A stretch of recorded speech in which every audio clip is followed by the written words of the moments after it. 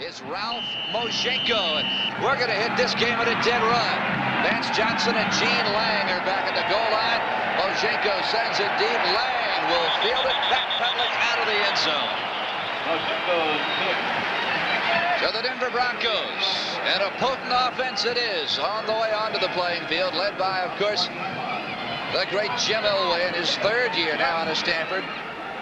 Winder, Johnson, Steve Watson, the double tight end formation, Clarence Kay and James Wright. The Broncos offensive line, a veteran group, Studdard, Bishop, Billy Bryan, Paul Howard, and Ken Lanier. Johnson and Watson to the near side. In motion is Butch Johnson. And they give a little misdirection. Winder has it. He moves the ball across the 24 near the 25-yard line of the Charger defensive line, led by Keith Ferguson and Earl Wilson on the stop. Here's a look at that Charger line. Williams, Ian, and Keith Ferguson, who missed last Monday night's game in Los Angeles. The backers, King, Mike Green, Billy Ray Smith, Carlos Bradley, starting for the injured Woody Lowe. And the defensive backs, a couple of rookies. John Hendy at one corner, Danny Walters, Gil Bird, and at the free safety spot, another rookie, Jeffrey Dale, out of LSU. Will Height and Steve Sewell, the running backs, now out of the eye. On 2nd and 5, Elway play action coming near side, pursued by King. He can't stop him. The pass complete to Clarence Kay. Somewhat surprising, Jim Cefalo, the fact that Elway has not gone to his tight ends much this year. No, they haven't thrown very much to the tight ends all year long. Earlier last night, Dan Reeves has said he wanted to try and keep John Elway in the pocket, but here he doesn't. This is what Elway does best, throwing on the run, coming across is Kay, and first down for the Denver Broncos. Again, a surprise, because Reeves says he wanted to keep Elway in the pocket. You talk about the Bronco tight ends. They've really not had a stellar tight end since Riley Odoms called it quits. No, they haven't, but Clarence Kay is thought to be the best blocking tight end in the NFL. Up the middle is Steve Sewell, the rookie out of Barry Switzer country, Oklahoma. He moves it across the 40-yard line before Chuck Ian puts it into it. The ball carrier, number 30, Steve Sewell. Sewell in 85 doesn't have the big numbers per carry, just averaging a little under 3 yards a carry, but they like this kid. Well, he got his share of work last week running the ball quite frequently because of the injuries to Will Height and also because Sammy Winder was out with the flu. Dan Reeves said yesterday once again that he wanted to run the football. He thinks he has to run to keep Dan Fouts and company off of the field. 2nd down and 6 from the 40-yard line. Elway pitch near side, halfback pass. Winder had a notion, but Watson was not freed up. Running step for step with Watson was Gil Bird. The key in this position here, of course, is to try to establish the running game. Sammy Winder has been having a fine year last year, an All-Pro, of course. Lee Williams is a guy, though, that they've got to be concerned with. If they're going to throw the football on this team, they've got to control Lee Williams. And here's an isolation on Williams, getting control at the line of scrimmage. He strings the ball, the play down the line, and forces Sammy Winder to tuck it away and run with the football instead of being able to throw it downfield. From the 44-yard line, it is 3rd and 2 Denver. In motion is the tight end Mike Barber. Elway with time now unloads. In and out of the hands of Barber. Almost intercepted by San Diego. Carlos Bradley starting for Woody Lowe. Had the ball in his chest and it popped free. This is one of the biggest worries of a quarterback, is a tipped football. Mike Barber is a wonderful tight end, a great receiver just coming here from the Rams. But here he's hit right in the middle of the numbers. The ball bounces away and they get lucky there. He comes back and makes a nice play to strip Bradley of the football. So the Bronx will have to kick it away, and here's Chris Norman averaging just over 43 yards a kick, his longest 61. And he'll be booting it to a pretty fair punt returner in Lionel James. They call him the Little Train. Norman, oh, look at this one. And James will let it go. It takes a San Diego bounce into the end zone.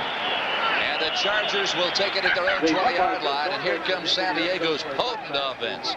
Dan Fouts, only his 2nd start since coming off that knee injury some 5 weeks ago. Fouts joined in the backfield by Lionel James, Tim Spencer, the other running back, the wide receivers, Joyner Chandler, the tight end, an exceptional tight end, Eric Severs. The offensive line, Lachey, the rookie out of Ohio State, Ed White, Don Masick, Dennis McKnight, and Sam Clappin, the chief. Take a look at this full house backfield, Jimmy. It's a surprise. They come out with 3 running backs in the backfield, just 1 wide receiver. But only one guy can get the football at a time, and this time it is Tim Spencer. He moves it out near the 24-yard line. The Denver Broncos of San Diego thought it faced an exceptional front 3 last Monday night in Los Angeles. How about this threesome? Chavis, Carter, and Rulon Jones. And the linebackers, they can get it done. Ryan Dennison, Steve Busick, and Ken Woodard. The defensive backfield, Wright Smith, Robbins, and Harden. Now San Diego goes to the more traditional lineup, the pro set, the 2 wide receivers, Joyner and Chandler. The give, that is Gary Anderson.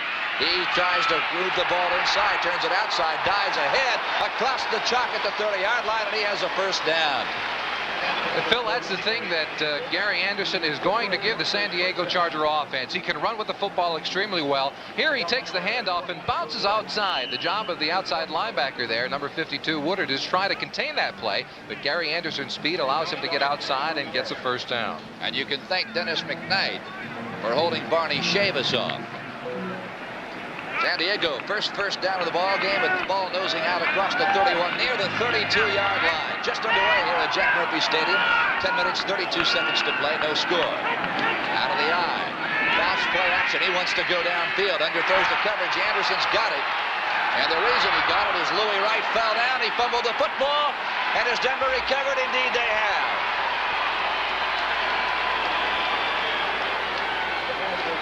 That was a little bit of a play-action pay they had going there, Phil. What they're going to try to do, of course, is to get the ball as much as they can to Gary Anderson. He's an exciting player. But here he gives up the football, costs it up on just the second play of the game, and that's the thing the Chargers have to stay away from. They actually fake the ball to Anderson, let him slip out into the flat. They get the football to him. You can see what kind of an exciting runner he is. Ball's free thanks to the hit by Jim Ryan. Denver has the ball at the San Diego 39-yard line.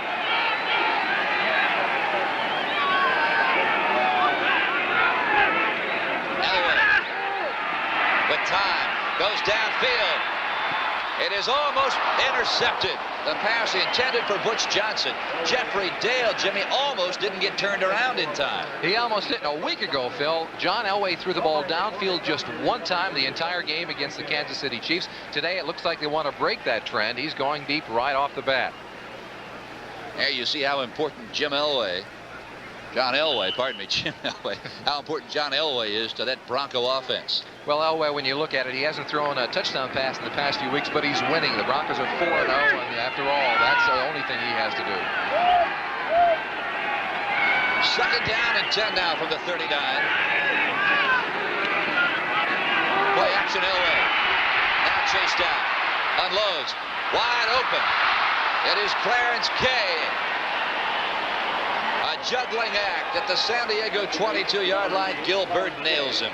What a catch by Clarence Kay. We said earlier that John Elway has not been utilizing his tight ends very much this year, but here another play-action pass. Clarence Kay is wide open in the middle of the field. Elway, using his mobility, finally finds him around. The problem with Kay is that he's too wide open. He wants to take off with the football, and where did it go? Oh, there it is. All right. Tremendous concentration. He had to know there were defensive backs bearing down. Now we'll take that catch for Clarence Kay. First and 10 from the 22. 3 wide receivers for the Broncos. That's Mike Barber, the tight end, in motion. The give to the near side. That's Winder. He turns the corner. He's at the 15-yard line and down there. Gilbert and Jeff Dale. We are scoreless here midway through the first period at Jack Murphy Stadium in San Diego. How about that final, Jimmy? Cefalo, your boys took a beating today. Well, New England, it's always a tough place to play for the Miami Dolphins, and the Dolphins go down for the second week in a row. Pittsburgh came back to beat Cleveland 10-9. The Browns haven't won at Three Rivers Stadium ever. 16 straight defeats, by the way, there at Three Rivers for the Cleveland Browns. You know, the last time the Browns won in Pittsburgh was Old Forbes Field back in 1969.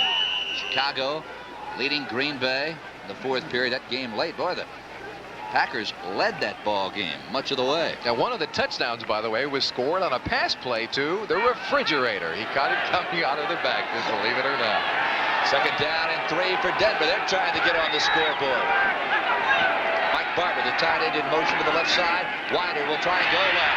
He is being chased by Carlos Bradley, and the Chargers shut it down.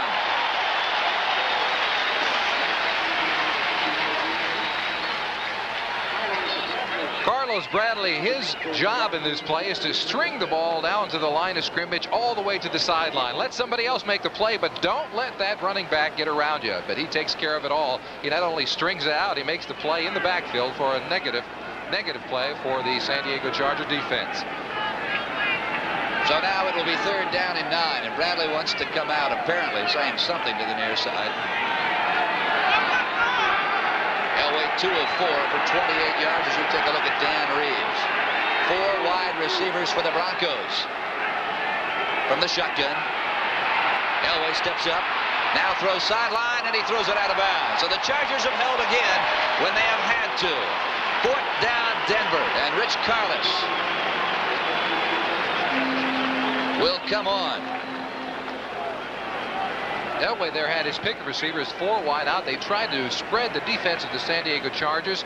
The Chargers have gone more to a man-to-man coverage, especially down in this end of the field. And in that case, they had the wide receivers covered extremely well. For Carlos, it'll come from 39 yards away. He is 17 of 24 on the year. From the hold of Kubiak, it's down. Plenty of distance. And it is no good.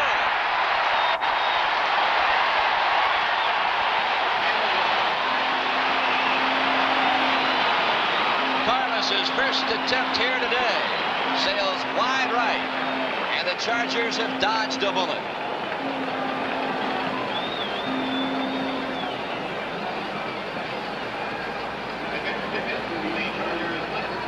It seems to be a good hold, and Lyndon King knows right away, though. He wasn't taking any chances whatsoever. Yeah, we'd certainly like to welcome those of you who are watching the Miami, New England, and the Kansas City, Houston game. Bill Stone, along with Jimmy Cefalo. The Chargers with their 2nd possession of the ball game. Bounce.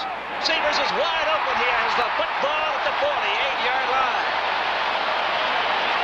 Tom Lilly, 2nd-year free safety out of Florida, knocks Severs to the ground at the 48.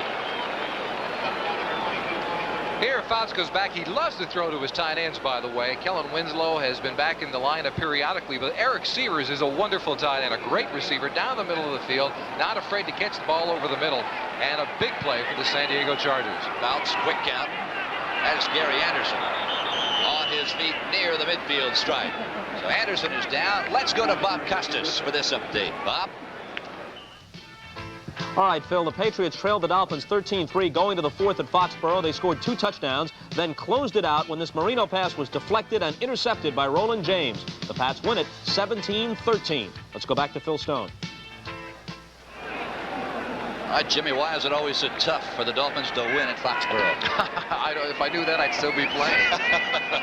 Out of the full house backfield. Watch the reverse, and it is the reverse. Here comes Lionel James.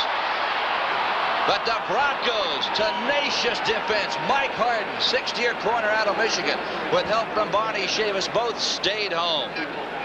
The San Diego Chargers have always been the innovators in the NFL. Look from the defensive standpoint of the game, the pursuit going one way, but with Lionel James lined up as a wide receiver, that alerted the defense of the Denver Broncos, and really no one was fooled. Now, James on that side of the field, he's usually a running back. Of course, they line him up as a wide receiver sometimes, but with that full house backfield, just another wrinkle of Don Coryell and that innovative San Diego Charger offense. The Chargers have 4 running backs in uniform. All 4 were in the ball game on that play. Joyner comes near side, now goes back to the right. Bounce, avoids the first man to reach him, now throws it away. I think he's going to be ruled down in the grasp of Rulon Jones. Rulon Jones came into the game as the co-leader in the AFC with 8 sacks, and that is going to be one of the keys of today's ball game. Whether or not they can go ahead and try and protect Fouts with the pressure of Rulon Jones. There you see Denver's 2nd in the AFC with 31 sacks. Make it 32 now. 5:52 to play first period. Mojenko on to kick it away. Vance Johnson back at his own 15-yard line. Boy, the Broncos coming in here on the wings of a 4-game winning streak, trying to make it 5 in a row. The rookie out of Michigan State, good snap, and he gets the punt away. Johnson will get away from it as the ball goes out of bounds near the 24-yard line. And a flag is down now at the midfield stripe. Gil Bird is standing out there talking to an official. I think somebody's going to get whistled, perhaps for unsportsmanlike conduct. Gil Bird and Terry Lewis, a rookie out of Michigan State. Let's listen.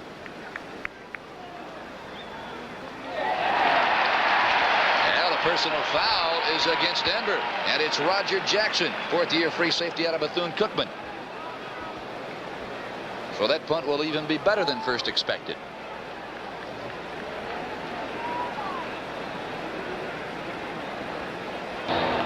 Personal foul, unnecessary roughness, number 28 receiving team after the play.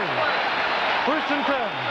Gordon McCarter, the referee, handling the duties down on the playing field today. So now you take the ball from the 24 back inside the 15 near the 12. A week ago, the Denver Broncos had a great field position all day long. They wind up scoring on their first 5 possessions against the Chiefs to take a big lead. This is what they want to avoid, backed up in their own territory. First down from the 12. Sammy Winder, the lone setback to the left of your screen. In motion is James Wright. The give to Winder. He moves it out near the 14. And boy, Carlos Bradley goes in helmet first. Carlos Bradley has been playing for the injured Woody Lowe and has been doing a fine job. Normally he comes in passing situation into the nickel. He is a very good guy to, if you want to have somebody covering a backfield out of the backfield. Yeah, we gave you an incorrect score a moment ago. Washington over Atlanta, 44-10. Elway, no secret where that ball was going. Sammy Winder on a give straight off left tackle following Keith Bishop and Dave Studdard. Other early games around the National Football League. Houston over the Kansas City Chiefs, 23-10. Well, John Makovic's got to be looking around for a place to work. He's had a tough season. It seems like they were going to set the world on fire early on, but the third game of the season turned things around for them, and they have not been the same since.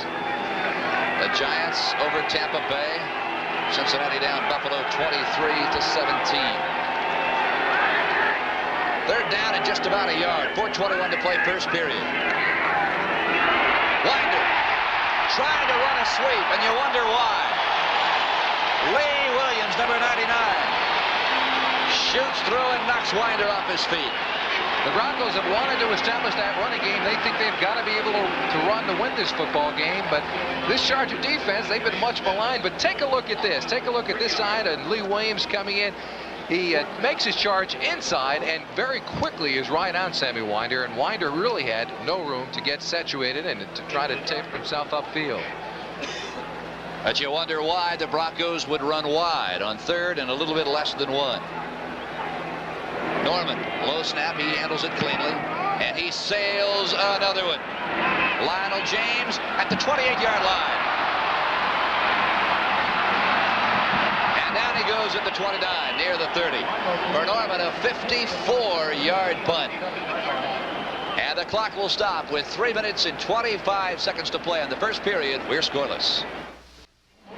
Well, we welcome you back to Jack Murphy Stadium in San Diego. Phil Stone along with Jimmy Cefalo. Of course, Jimmy Cefalo for years made his living as a wide receiver with the Miami Dolphins. It has to feel a lot less painful up here, doesn't it? Oh, it's a lot more fun standing up here with you than being down the field with some of those people, I can tell you that. You know, you talk about this matchup, the Denver Broncos and the San Diego Chargers. For the Chargers to be effective today, Jimmy, I think the offensive line is going to have to play a whale of a game to keep that defensive line of the Broncos out of Dan Fouts' face. Well, a week ago, Dan Fouts was sacked 6 times by the Los Angeles Raiders. One of the key matchups we're going to have to continue to watch today is Jim Lachey against Rulon Jones.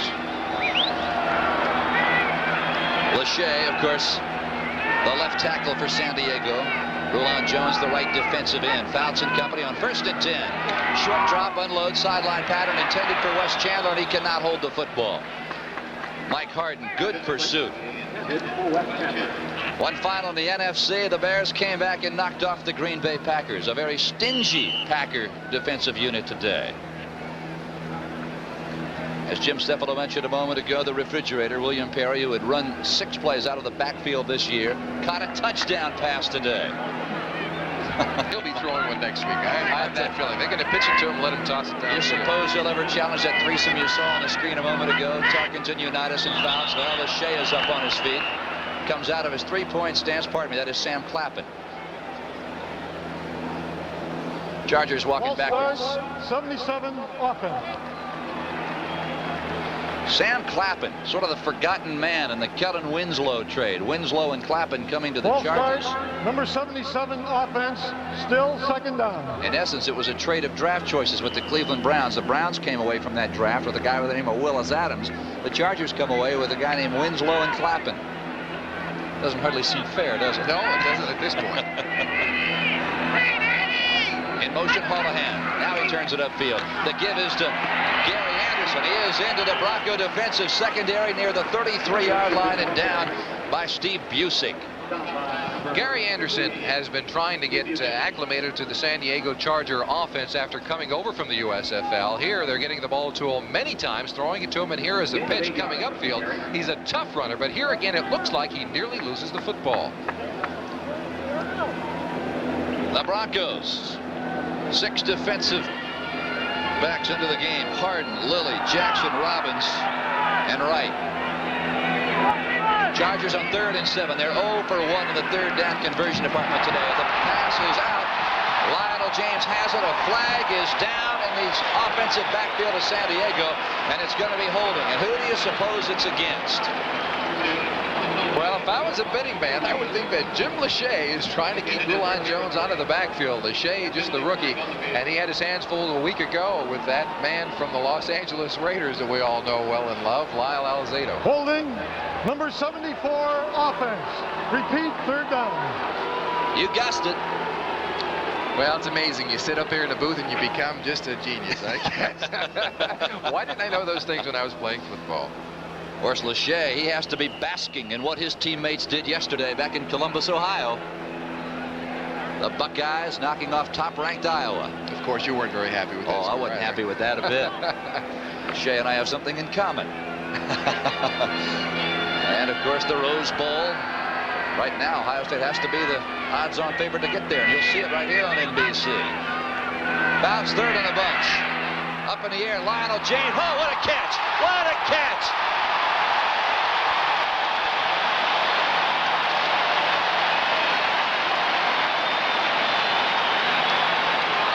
James is the smallest player in the NFL, but you couldn't tell by it on that play.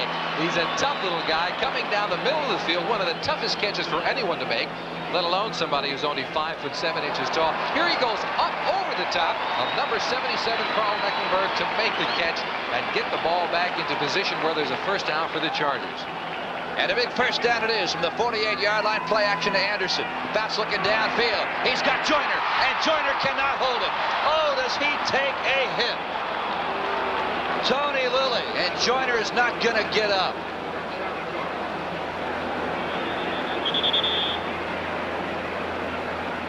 Watch this hit on Charlie Joyner. Again, over the middle of the field. Joyner has to extend himself up in the air, the position you don't want to be as a wide receiver. And number 22, Tony Lilly, a tough hitter. Make sure that he does not come up with the catch. And again, once you extend yourself, you become very vulnerable up in the middle of the air. You have absolutely no control. And that's the position a wide receiver never wants to find himself in. I remember a game back in 1979, Jimmy Cefalo. It was a great game between these two ball clubs. And Charlie Joyner, what a night he had. We'll talk about it in a moment.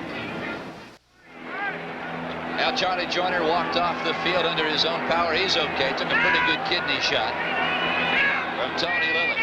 2nd down and 10 Chargers from the Broncos 48. Anderson tries the right side. He's got running room to the 40-yard line. Dives near the 39. A flag sails in. Andre Townsend and Randy Robbins combined to stop Anderson. Big gain for the rookie. And it's going to be offensive holding against San Diego. 1:18 to play, first period. Let's go to New York for this update. Bob? Phil, Walter Payton ran for better than 190 yards today at Green Bay, but what they'll be talking about is this man, William the Refrigerator Perry, in motion out of the backfield. He makes the catch of the 4-yard touchdown pass from Jim McMahon. 16-10 Chicago. The Bears are 9-0. I'll tell you, the Refrigerator making believers out of a lot of people. Someone that big and moves that quick should be outlawed from the NFL. 1:14 to play, first period. A penalty against San Diego for holding. It is now 2nd down and 12 for Fouts and company. Just shy of the midfield stripe. 4 wide receivers for the Chargers. The Broncos counter with 6 defensive backs. And the give right up the middle. Lionel James on his feet and stopped at the 43-yard line. Roger Jackson and Tony Lilly on the stop.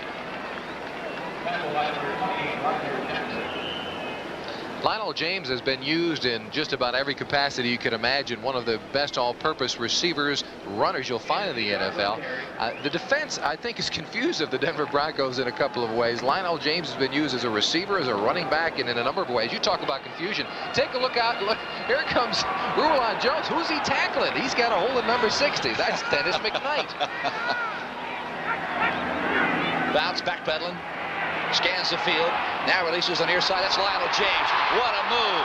He's inside the 25-yard line and out of bounds near the 15. The tackle he broke was Randy Robbins.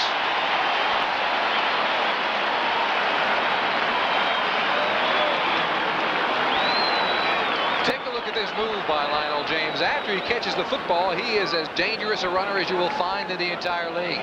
He's in the backfield, slips through the line of scrimmage, and winds up having one-on-one coverage against Randy Robbins. He puts that move on and gets down the field. Now, that's what you talk about with the San Diego Charger offense. They force a team to put 6 defensive backs in the game. Randy Robbins against Lionel James. James wins that matchup. And Chandler, big block on Steve Wilson, allowed James to pick up another 5, maybe 6 yards. Play action to Anderson. Bounce looks right now, wants to come back left.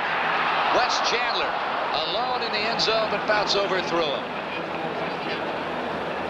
Chandler was questionable coming into today's game. He had a cut opened up on his heel a few weeks ago, horsing around after practice, as a matter of fact, running a pass pattern, required 10 or 11 sutures, played last week, and had a great deal of swelling all week long. Saw very little action, but he looked on that play as if he's healthy enough to play in this game today. In fact, that injury you speak of, Jimmy Cefalo, just missed severing the Achilles tendon. Bounce 4 of 6, 86 yards, 8 seconds to play here. And the first period from Jack Murphy Stadium. James in motion, the I formation by the Chargers. Play action, second man through. Bounce, go, look at this, look at this. Wes Chandler, nobody in the vicinity.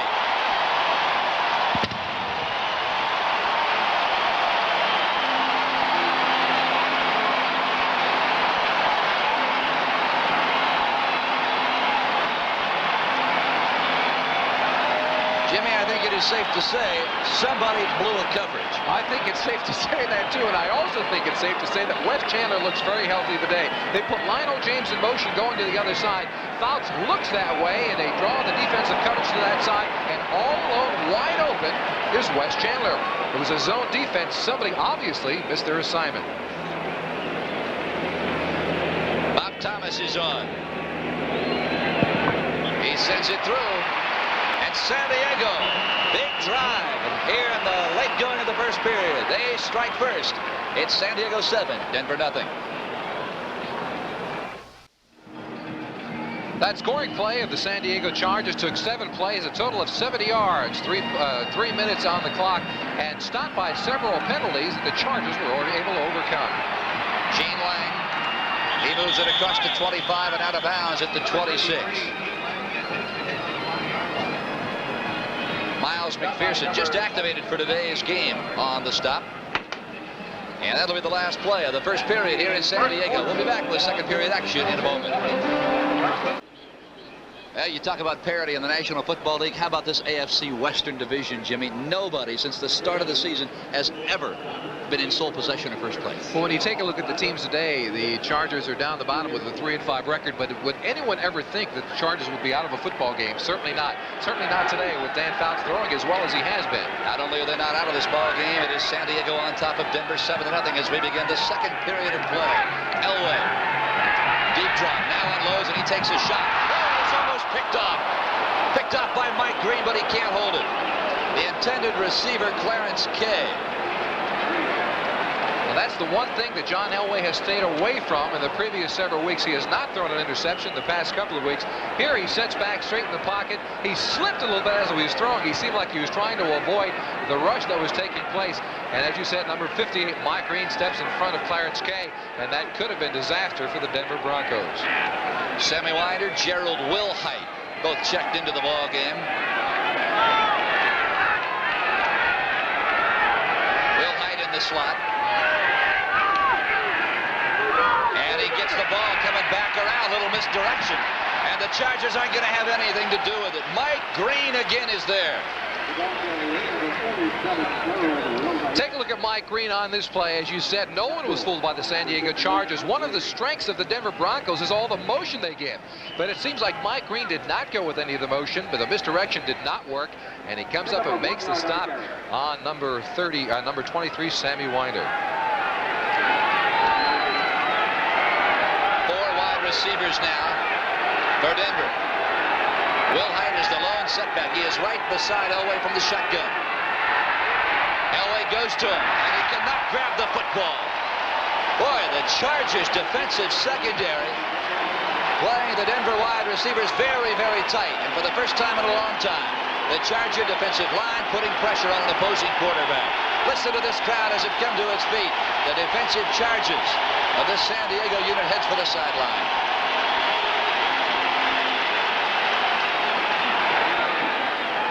Chris Norman, he has 2 boomers today. He is on for his 3rd punt of the day. Chargers should be assured, Jimmy, of superb field position again. Low snap. A low kick. And James will not have a return as the ball takes a sideways bounce out of bounds at the 27-yard line. So Fouts on the offense will come on to try and do more damage. We'll be back. Today's game is brought to you by Dodge, a performance revolution, an American revolution. By Stroh's and Stroh Light. Now you're talking good times, and Stroh's is spoken here. And by the astonishingly simple new Sony Handycam. All the excitement of video movies now in the palm of your hand. Bill Stone and Jimmy Cefalo, we are set to go. Dan Fouts, 1st and 10 from the 27. Right over the top, Eric Severs has it. And Randy Robbins has Severs, but not before the tight end dives out across the 36 near the 37. And Fouts loves to go to his tight ends. Even after Kellen Winslow was out with a knee injury, Eric Severs stepped in along with Pete Holohan, who probably has the best hands on this San Diego Charger offensive football team. And Fouts likes to go to that tight end. Eric Severs with 30 receptions already on the year. Severs 2 catches today for 37 yards, and it's measurement time here at Jack Murphy Stadium as Fouts looks on. Oh, very close, about 1.5 inches, 2 inches. Jimmy, you alluded to Kellen's knee injury sustained a year ago against the Los Angeles Raiders. It was a devastating injury, the sort of injury you certainly associate with a trauma type of injury. He is just now beginning to get back in the fold. You suffered a knee injury in '82. Is it tough as a receiver to come back and play the mental side of the game? Mentally, it's tougher to come back from an injury like that than it is physically, actually. Anderson, he's got the first down and much more out near the 45. Is it something that stays with you mentally? Do you think about it when you come to the line? Well, I think it has a lot to do with the competitive nature of the individual performer. If you give the same knee injury to 10 players, 5 of them will come back and 5 of them will not. There's Kellen Winslow coming into the football game right now. They said a year ago that his knee might have been one that would have ended his career. But yet, nearly a year to the day of the injury, Kellen Winslow was back in uniform, and that tells you a lot about his competitive nature. First down, San Diego from the 44. At staggered Kings, Lionel James is staggered by Rulon Jones. And Rulon Jones was in the face of Lionel James as soon as he took the handoff. Can you imagine the difference in size between these two people? Lionel James must have been thinking he was smothered by a mountain. Look at this. He looks up, and sure enough, the biggest orange jersey you can imagine. Jim Lachey is fighting him off. But Lachey, as a rookie right now, is being taught a lesson by Mr. Rulon Jones. And Lachey has done a credible job prior to that play.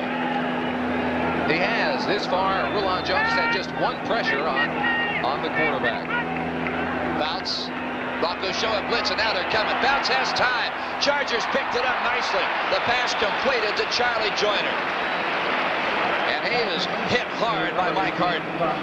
The thing you do not want to do against the San Diego Chargers is give Dan Fouts any time. He has one of the best football minds ever to play this game. And here, you give him enough time, he'll find the right receiver. Charlie Joyner coming across the middle, man-to-man coverage. And sure enough, another reception.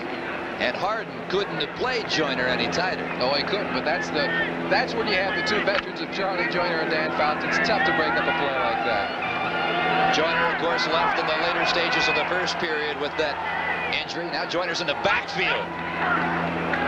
Dan's looking for him. Wide open. Joyner has the ball.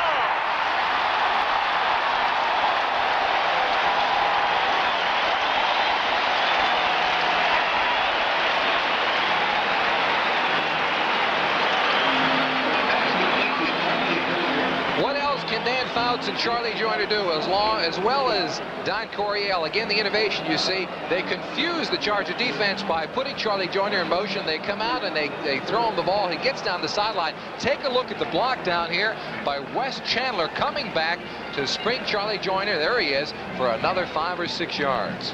A first down for the Chargers at the Bronco 29-yard line.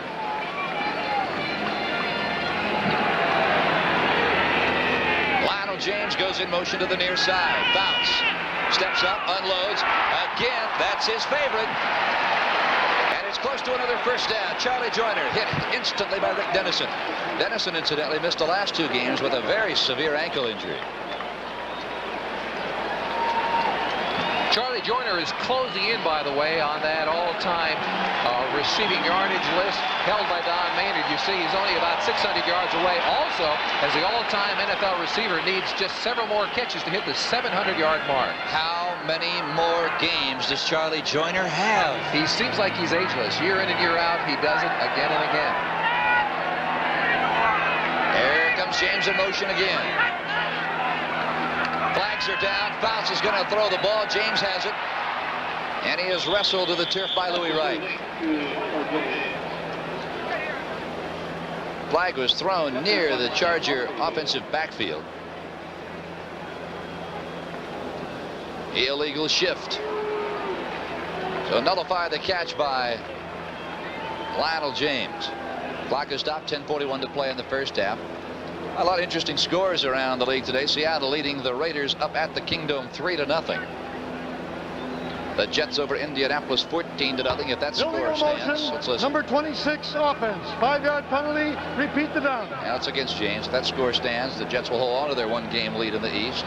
San Francisco leading the Eagles 7-3 at Candlestick. And the Rams over New Orleans 7-0. Rams have won their last 4 meetings. Bounce 9 of 12, 152 yards, and the 18-yard scoring strike to Wes Chandler. Play action. Dan's going for it. Chandler goes up high and cannot come down with the pigskin. And it's completely intended for Wes Chandler.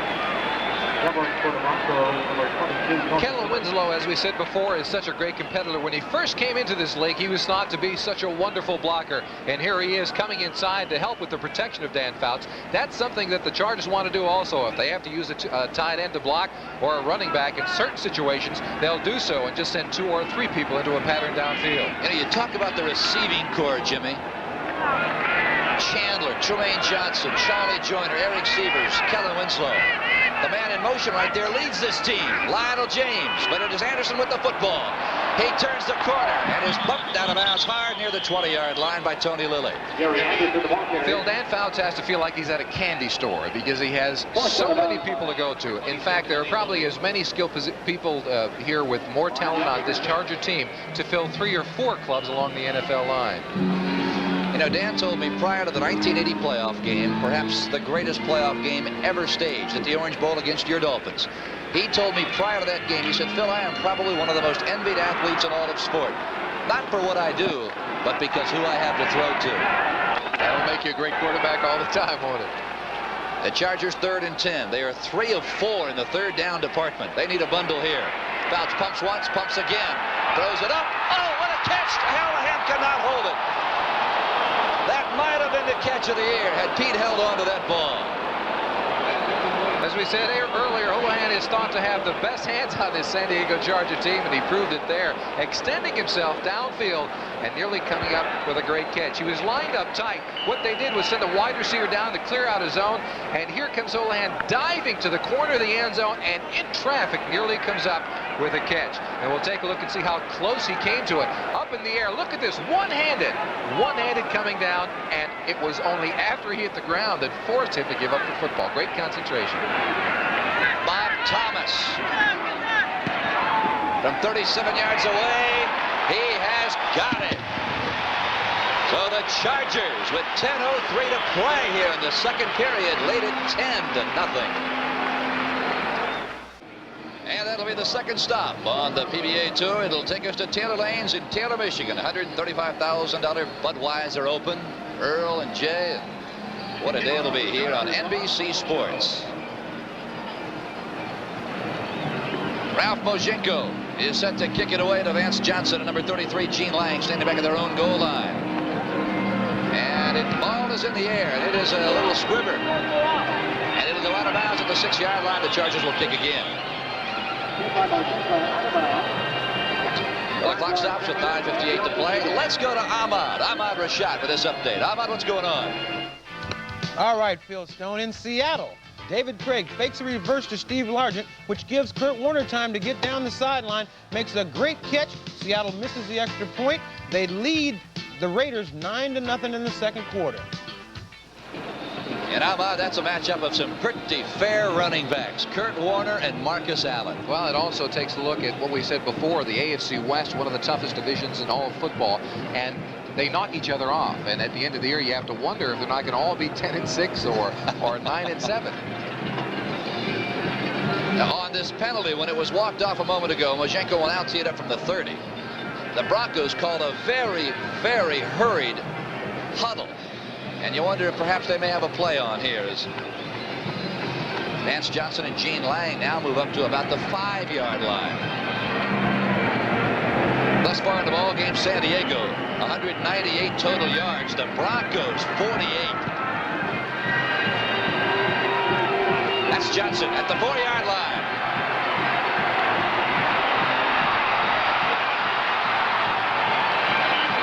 Across the 37, near the 38. Big return for Denver. But the story of this game thus far, Jimmy Cefalo, not so much the lack of offense from the Broncos, but this defense has allowed 10 points already. Well, the defense, of course, just 10 points in the first quarter and a half. The last 3 weeks, they have given up just 10 points per game. Their first 5 weeks of the season, as you see there, they averaged 24 points giving up. The last 3, just 10 points. Here we are with a lot of time left in the second quarter, and already the Chargers have scored 10 points. And it is the San Diego defense that has received the plaudits thus far. Elway 2 of 7 for a measly 28 yards. Out of the backfield, that's Winder. And the Chargers pursue it well. Led by Lyndon King with help from Billy Ray Smith.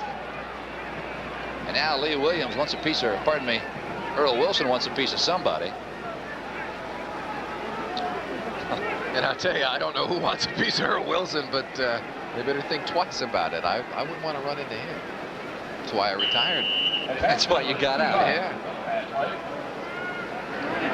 And another one of our NBC analysts, former teammate of yours, Bob Kuchenberg, told me a couple of weeks ago, Mondays are a lot more fun. Doesn't hurt as much. No, it doesn't. Second down and 8 from the 41. That is Watson in motion to the top of your screen. Little misdirection. Elway rolls right, comes back across the grain. And it's Clarence Kay. No, it is James Wright. 8th year out of Texas Christian on the receiving end.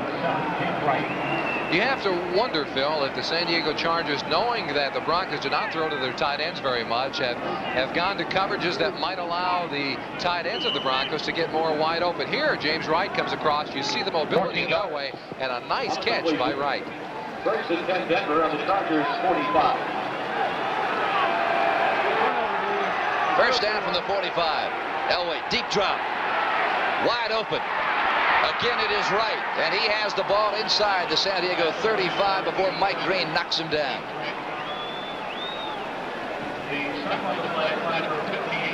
Elway going straight back on this play, a first down situation. He finds Wright open over in the corner. It was a zone defense. Wright simply finds the hole in the zone, sits down on the play, catches it, and gets enough yardage for a first down.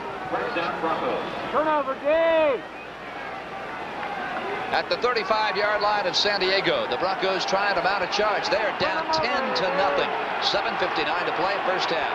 Watson and Clint Sampson to the near side. Now Watson goes in motion.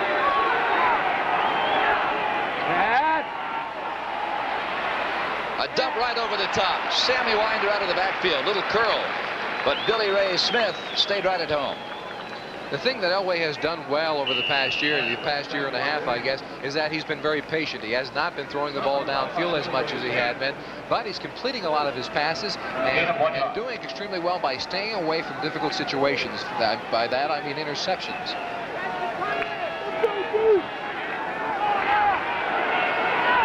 Sampson, Watson again at the bottom of your screen. Elway looks right, now looking back to the left.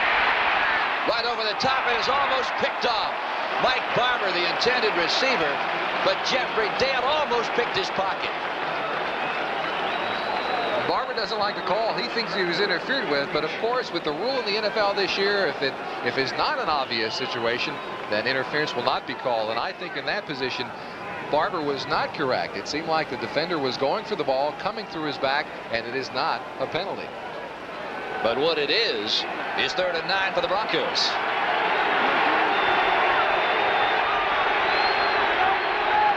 From the shotgun. Look at the Bronx. Look at that 3rd down conversion. That tells it all. Chargers pressure. Oh, what a block. Lee Williams knocked into yesterday.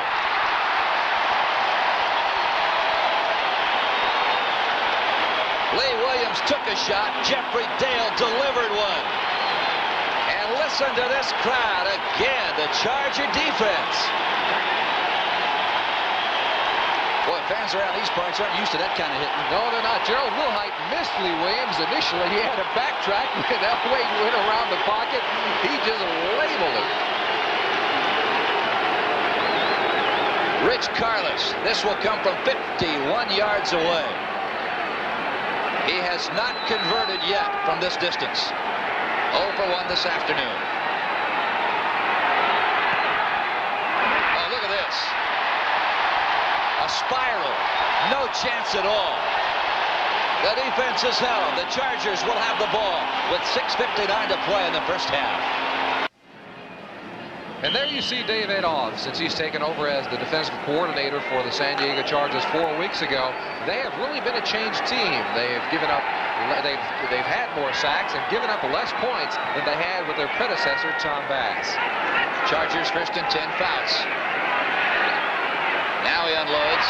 That is Gary Anderson, his first reception of the day. He moves it across the 46 near the 47. Jim Ryan and Louis Wright converge on the stop.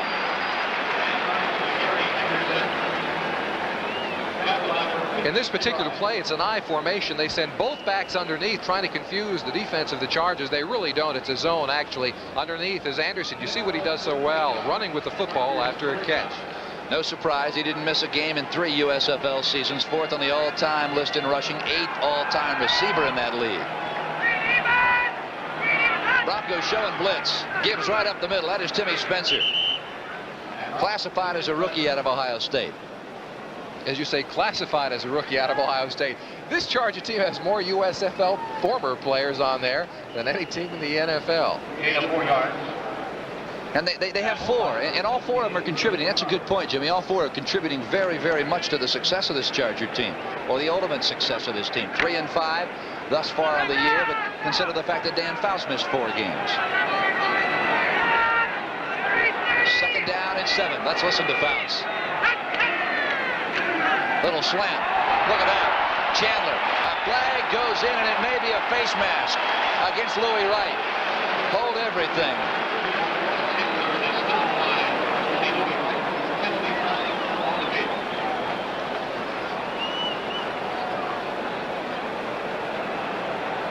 Gordon McCarter and company. We'll talk things over.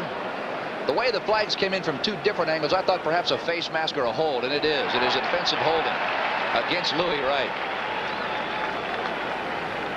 That's got to be a tough call, Jimmy. You're allowed that chuck within 5 yards. You are. It all depends on what you grab onto, though. That's the whole key.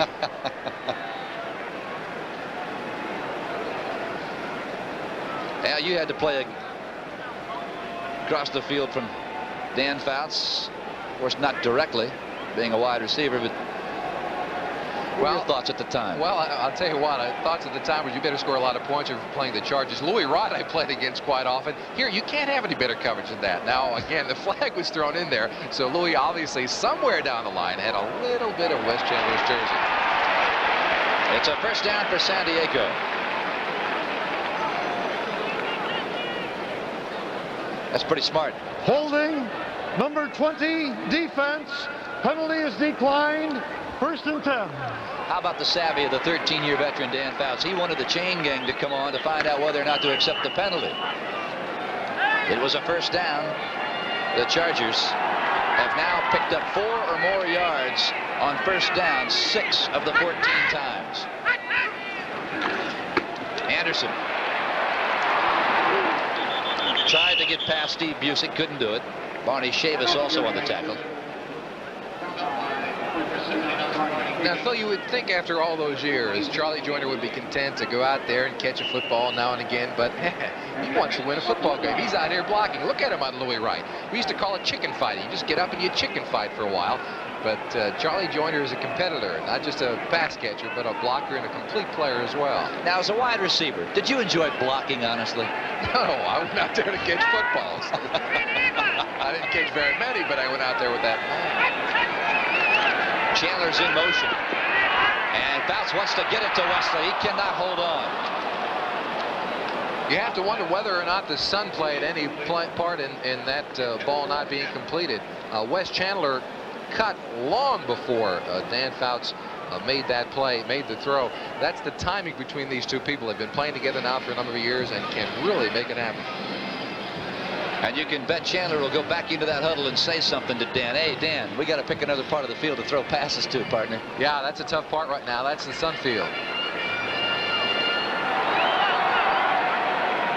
Trumaine Johnson and Charlie Joyner are to the top of your screen. Dan unloads in a hurry. It is intercepted. Mike Harden has the ball. And Joyner throws them to the grass at the 44-yard line.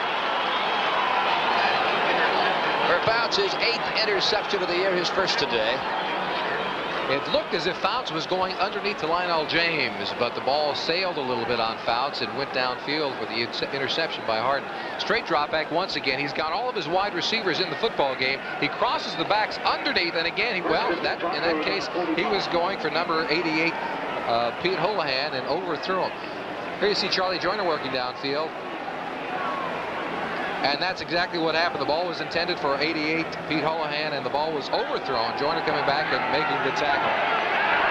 The Chargers have dominated this ball game. They lead at 10-0 with 4:32 to play in the 1st half. Elway goes downfield. That's Watson. He's got it at the 32, moves it to the 29, and knocked off his feet there by John Hendy, a rookie out of Long Beach State. Watson, hard to believe. Look at that touchdown. Only one thus far, and we're past the halfway point, Jimmy. It is hard to believe. They've been spraying the ball around quite a bit, and that's the reason for Watson's drop-off in touchdown percentage. But here he comes across the middle. Again, it's not an easy catch for a wide receiver. He had to know that the defensive backs were standing there waiting for him. But look at the strength of Elway's arm, being able to fit that ball in. The Broncos with 3 receivers who have caught 20 or more passes. The Chargers have 4 receivers with over 30 catches. They'll end around. No, Elway holds on. Look at this. It could be intercepted, and it is. Jeffrey Dale.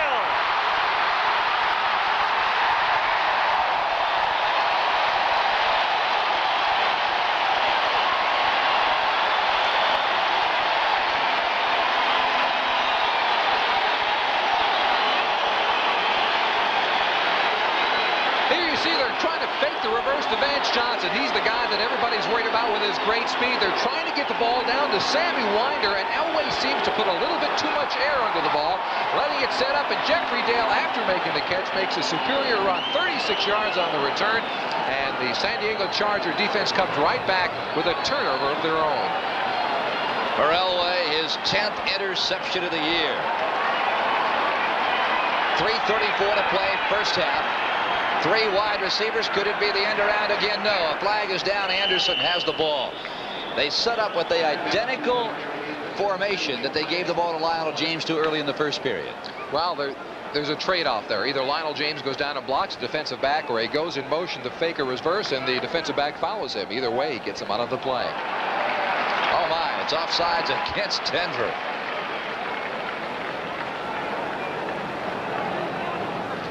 And as we said earlier, Phil, Denver is a very, very fine football team. Number 75 lined up offside. 5-yard penalty. Repeat first down.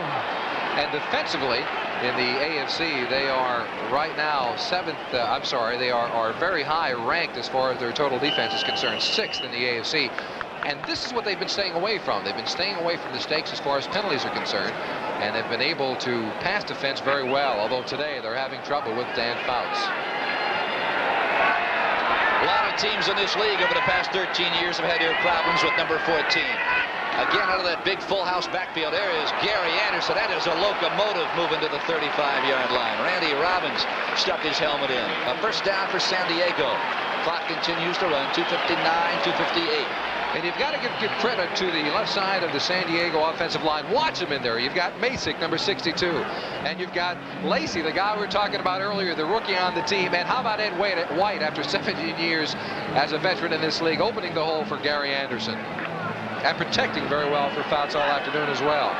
Now you have to believe Lachey learned something last Monday night from Lyle Alzado. He does not want to duplicate that learning procedure today against Rulon Jones. Fouts play action. Now this time Rulon beats Lachey. Rulon Jones, a tremendous defensive end. I'd say they've got a bookend pair in Denver.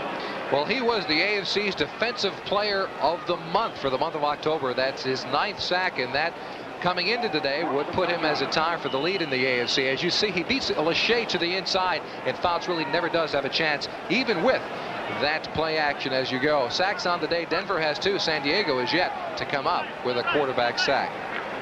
Al Fouts spent a lot of time at the Coliseum last Monday night looking at the light standards there. 6 times to be exact. And he's been down twice today. Fouts. That's Anderson. He turns it upfield. Busey. With help from Tom Jackson. We have reached the 2-minute warning here at Jack Murphy Stadium in San Diego. And a surprise on the scoreboard. The Chargers by 10. Well, coming up in just 2 minutes, we'll take you to NFL 85. Bob Costas, Ahmad Rashad, and the Axe. And Jimmy, I'm going to be very, very interested to see what the Axe has to say about the first 30 minutes of this ball game. I am too. He's probably still crying in his coffee though over that Dolphins score. If I know Pete. Well, it has been an interesting first half here at Jack Murphy Stadium, but don't count the Broncos out. Not by any stretch of the imagination. Fouts on 3rd and 7. Oh, Anderson could break it.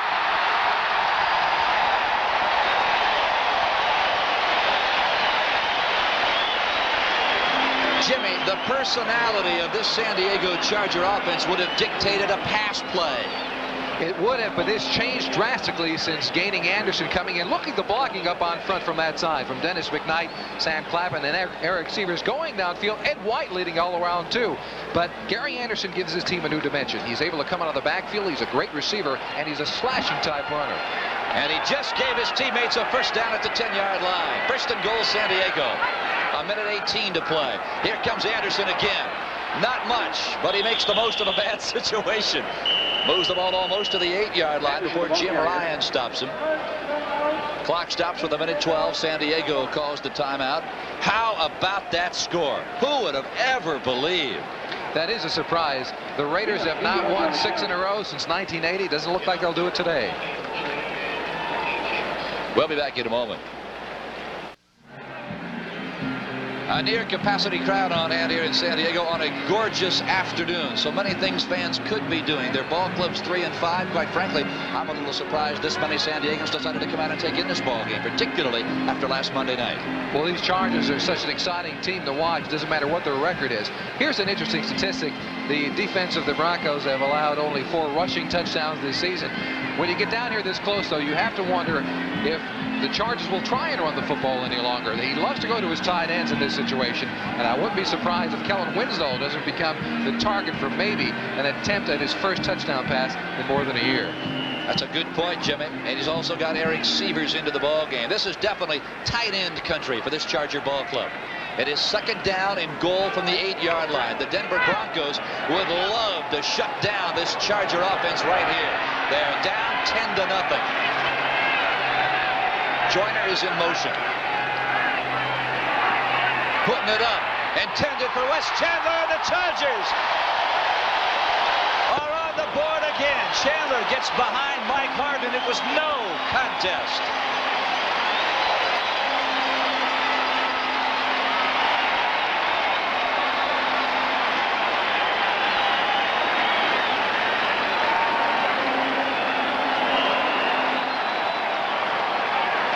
Wesley Chandler playing at about 85%. The coaches didn't think he would play today. Wes Chandler said on Wednesday, I don't care what the coaches say, gentlemen, I'll be in uniform and ready to go. And he did it against Mike Harden, who's been playing very well. He had 4 deflections last week and an interception earlier today.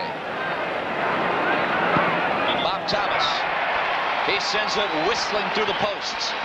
The clock stops with 1:07 to play. Boy, the Chargers.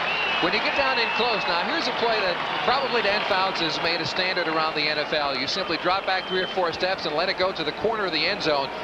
It's odd that Mike Harden was beaten that way because he has the end of the end zone to help him. He doesn't have to worry about the stretch of the field, only from his position to the sideline. Yet Chandler got behind him very easily. And we talked at the top of our telecast about how tough it is to win in the AFC West. And you want to know why? Take a look at these. As you see, Kansas City lost today. They're at 3-6. Now, it is an amazing conference to play, and right now it is probably the strongest in all of the NFL. San Diego, although they're 3-5 and down the bottom, are capable any week of not just winning, but winning very big. Their defense is starting to come together. Of course, they've made the change with Adolph as their defensive coordinator, and that has done very well for them thus far. As you see in their divisional record so far, Denver is 2-0. They have to play 6 of their next 8 games against AFC West opponents. 17-0, San Diego. There's a man right there who, like everybody in the Mile High City, quite frankly, cannot believe what has transpired. The Chargers with 271 total yards. Denver, 105. There's a squibber. That's Lang. Knocked off his feet at the 26-yard line by Gary Nelson. Phil, what this early lead does to the game plan of the Denver Broncos is that they wanted to come in here and control the ball by running it. They wanted to keep Fouts off the field, but now being down by 17 points, that game plan has to go out the window. And if they want to get back into it, they're going to have to throw the football. Yeah, they wanted to run the ball, but they've had no success, Jimmy. 21 total yards on the ground. What a difference a week has made. Last week they ran for 206 against KC. Elway looking deep, throwing long. Almost intercepted again by Jeffrey Dale. He has 1 today. Clint Sampson, the intended receiver. Of course, Sampson for 4 years ran patterns on this natural turf surface here in San Diego as a member of the San Diego State Aztec Ball Club. The Jets doing a number on Indianapolis, 35-3. Certainly the Jets will hold on to their top spot in the East. San Francisco leading Philadelphia. Likewise, Rams over New Orleans, second period. Here in San Diego, it's 17-0. 50 seconds to play first half. Elway. He's got Will Height. And Carlos Bradley has Will Height. At the 40, make that the 36-yard line. Now the Broncos into their 2-minute offense. Denver has 3 timeouts remaining here in the first half.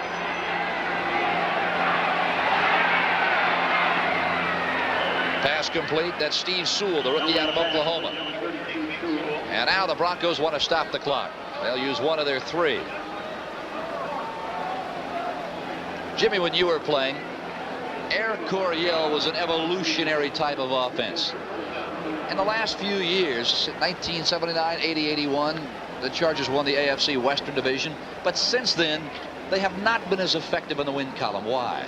Well, I think the reason for it is that when you were a defensive team playing against the San Diego Chargers during that time, you prepared for them differently than you had to for any other team in the league because they were so innovative. They were the first team to go with 3 wide receivers, the first team to go with 4 wide receivers, the first team to go with 3 tight ends, take all the backs out of the game. So as a defensive team, you had no idea how to prepare for them.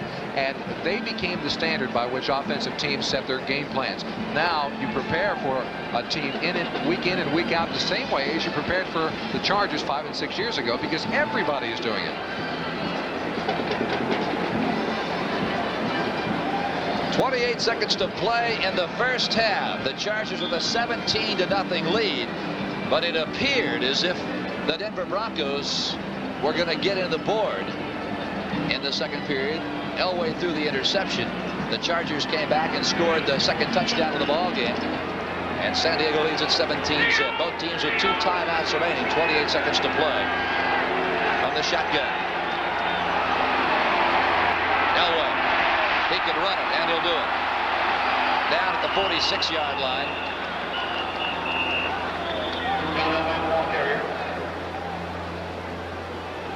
You know, you talk about the get key play, that Elway interception.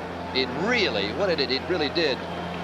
The San Diego defense has played well all day. That was certainly the bright spot of the first half. It seemed that the Bronco offense was beginning to change the momentum for their team. And here they are driving down the field. Elway comes back. It seems for a second that he had Will Hyde open down the side. But again, he put a little bit too much air under the ball. And sure enough, Dale steps in and not only turns the ball over, but gives the Chargers good enough field position to allow Dan Fouts and the offense to go in and score more points. Key play in the game thus far. Well, it's been 2 touchdown passes from Fouts to Wes Chandler. And a Bob Thomas field goal from 36 yards away, and that has put that man's team in a hole.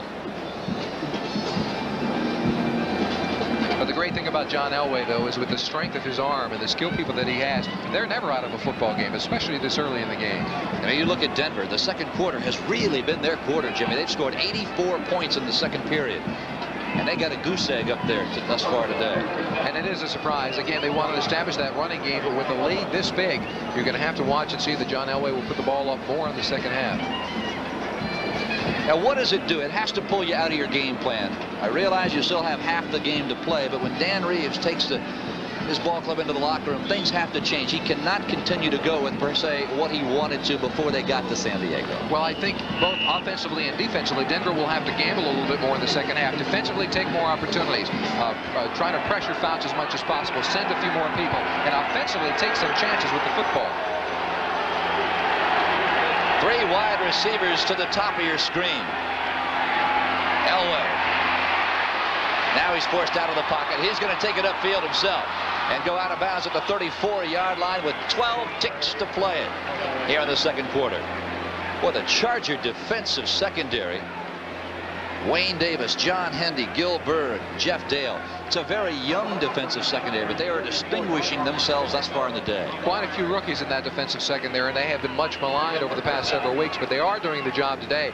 In this situation, Denver's going to have to, of course, try to keep that 1 timeout left for a field goal if they need it. So you're going to look for John Elway to try to go to the sideline if possible and get out of bounds. If not, he's got to take the timeout and kick the field goal. There is time for 2 more plays if that's what he wants to do.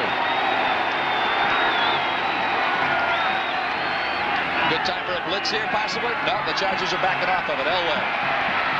Look at that time. Now he throws. It is caught at the 19-yard line, and Gil Byrd dumps him out of bounds. Well, there's the question now. What do you do if you're Dan Reeves? You kick the field goal? Apparently he is. He's going to go for it. He has a lot of faith in his defense, or in his offense, to go ahead and score points in the second half. Here's the play. Elway has all the time in the world. The reason they didn't blitz on this play, Phil, is because they wanted to zone the entire field. They'll give away Elway all the time. Just don't let this happen. That's what they did not want to happen. Allow a pass to be completed on the sideline. You see Gil Byrd looking up in disgust. Of course, if you're a wide receiver, Jimmy, you would have much rather tried to run that play against a man-to-man. Yes, of course. 37 yards away. Carlos 0 for 2.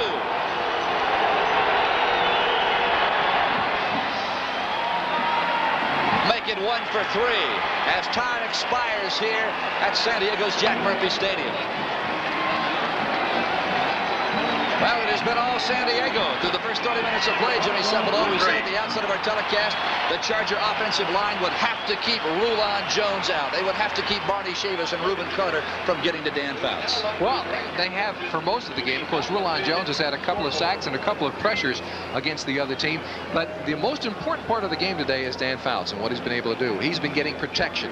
The people up front like Jim Lachey and Don Masek, they've been protecting him so well that he's been able to pick apart that defensive secondary of the Denver Broncos. And, of course, if you're talking offense for the Denver Broncos, surprise, surprise, they have been shut out through the first 30 minutes of play by the 28th best defense in the NFL. As you said earlier, they wanted to run the football. Today, they have very few rushing yards. A week ago, they had as much as 206 rushing yards going for them. We'll be right back after these messages from your local station. Don't go away.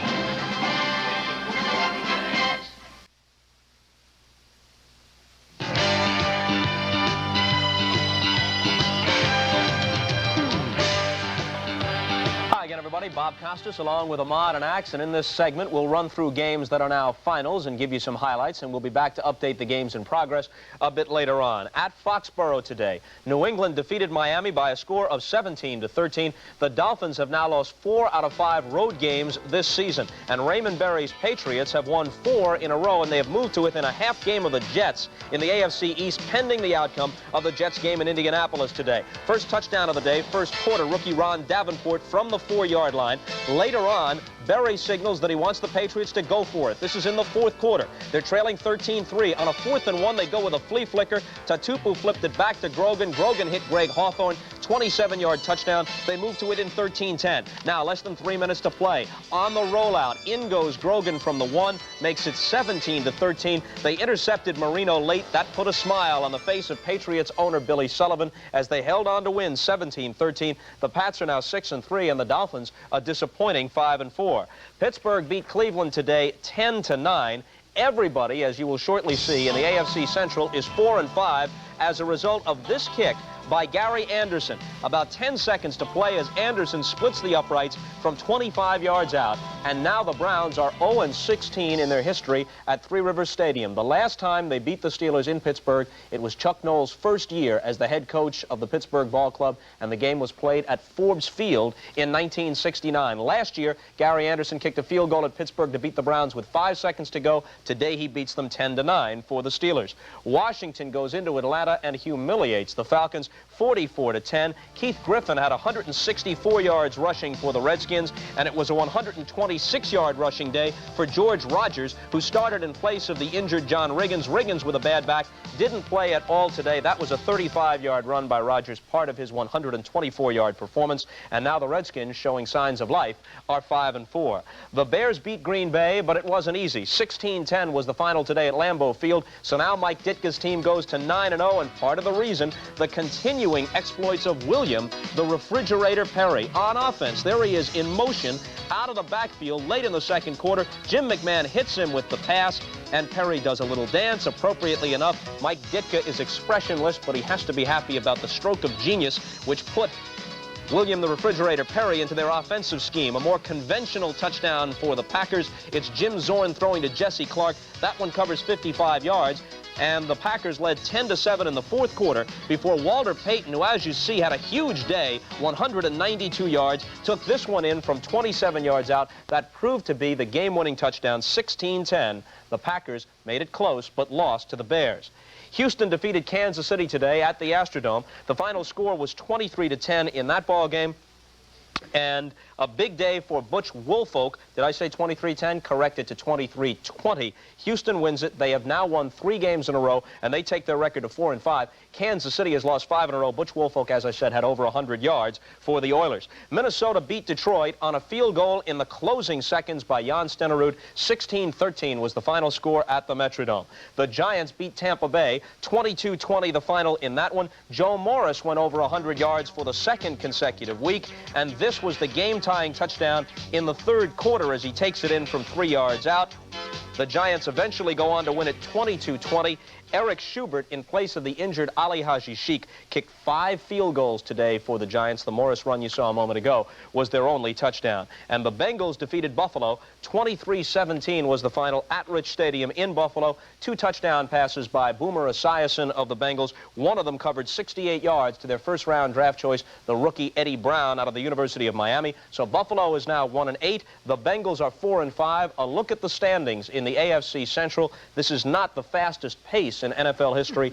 Everybody 4-5 after 9 games.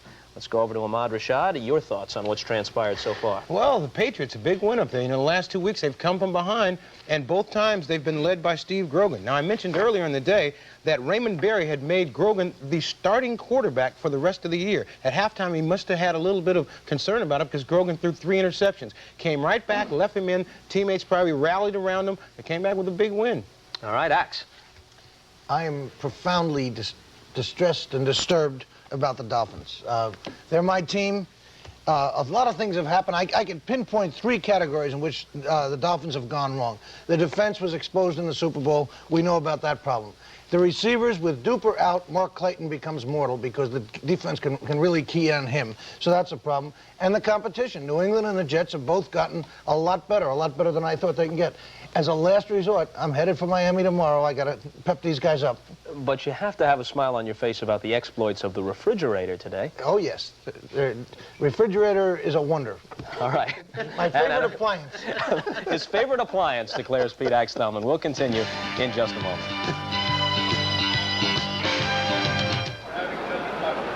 Bill Stone, along with Jimmy Cefalo, back at San Diego's Jack Murphy Stadium and down on the playing surface right now. Very, very nice tribute to some very special people in this Chargers organization. Gary Garrison, who along with Lance Allworth during the late 60s and early 70s were to that era of Charger football certainly what Charlie Joyner, Wes Chandler are to the current regime here in San Diego. There's Gary Garrison right there, the tall man with the open counter. Gary Garrison, boy, what a job he did here for this ball club. He really was a great one, wasn't he? The player I used to enjoy watching myself.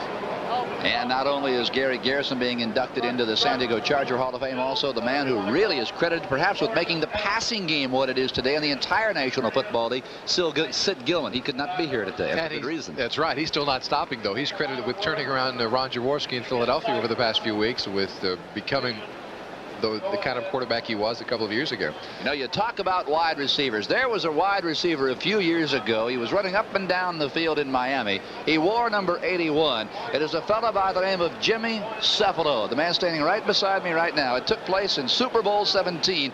Not a bad catch, my friend. Well, I'm still making a living off that catch now. You know, I wanted to try to get out of football because people still remembered that thing. That was probably the most exciting day of my life in a football uniform. And I remember it well. One of the biggest excitements for any player is to be able to simply play in a Super Bowl. Of course, I have it on good authority from the Axe that you are now being compared to the inimitable one, the refrigerator. The refrigerator. That's, you know, I have about the same amount of catches as the refrigerator has at this point of the season, so he's got one more than I do. What can I tell you? We'll be right back after these messages from your local station.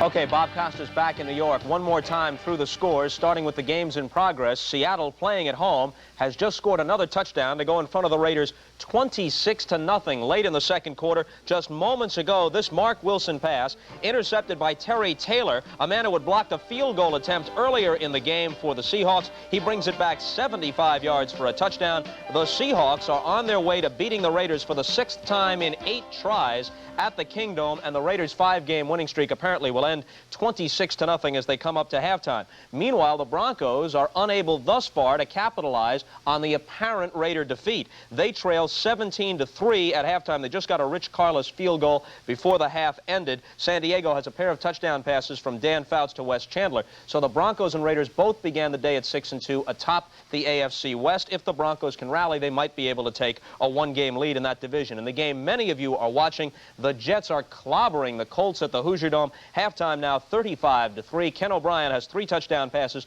Freeman McNeil has already rushed for better than 90 yards. He's averaging 100 a game. He leads the NFL in that department. And, of course, Pete Axthelm, in one of his most perceptive picks ever, said take the Colts plus the 3.5, and that is working out extremely well.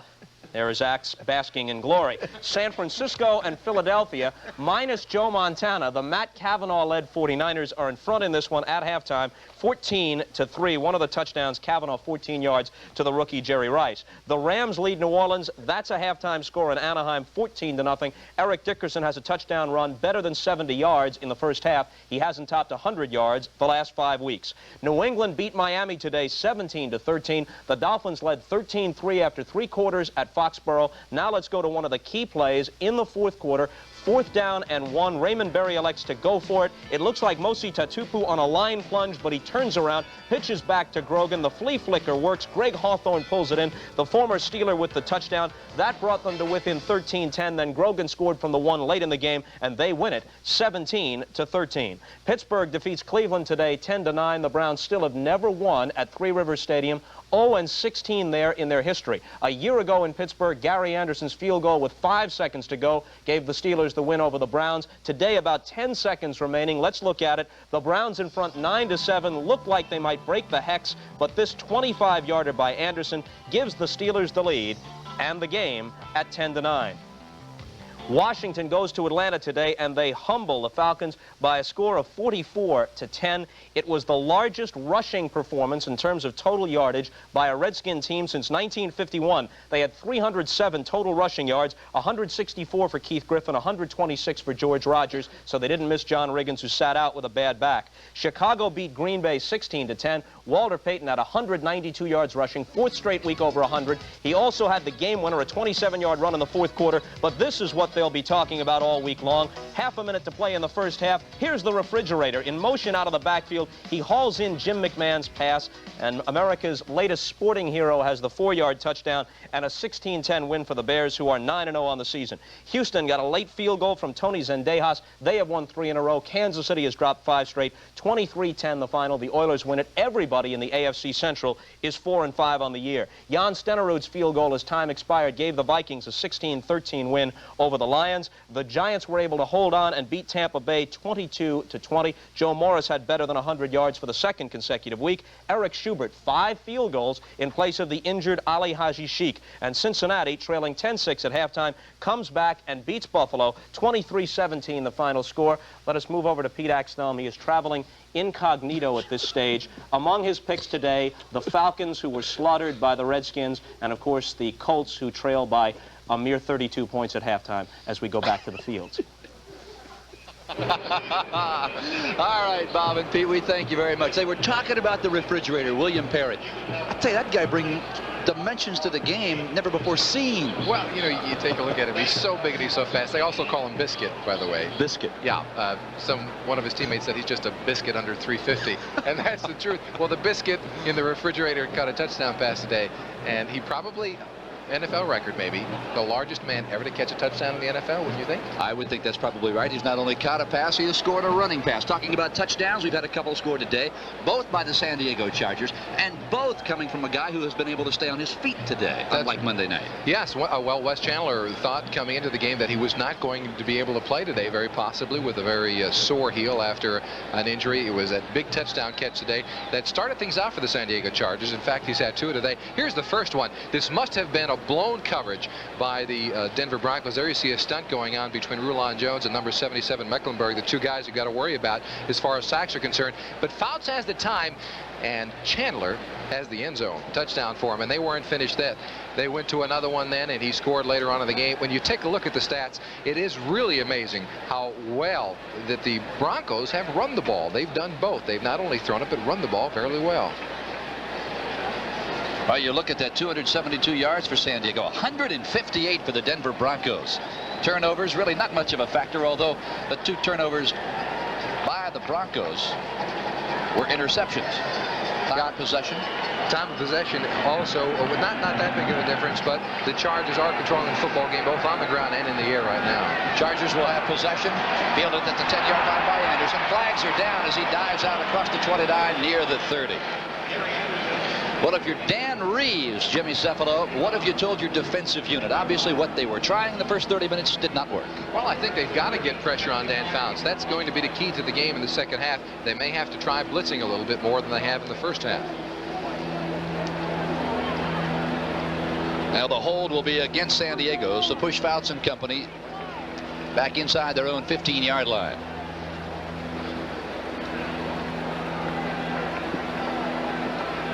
Gordon McCarter stepping it off, and the Chargers will put it in play from their own 13. Holding number 53 receiving team during the return. 1st and 10. Mike Gwendling, the guilty party. Gwendling It was only his second day in uniform, and he was drafted a year ago. Out with a devastating knee injury. Gary Anderson hit at the line of scrimmage, stays on his feet, and moves across the 17-yard line. Mike Harton knocks him down. Kind of an unusual play. It's just a short pitch coming one side and then breaking back on the other side of Dan Fouts. Very unusual. You see the offensive line trying to set up a wall for Gary Anderson, and look at that, already on the day, 76 yards as a running back. And they originally thought he might come here simply as a receiver, but he's proven that he can do both. Second down and 5 now from the 18.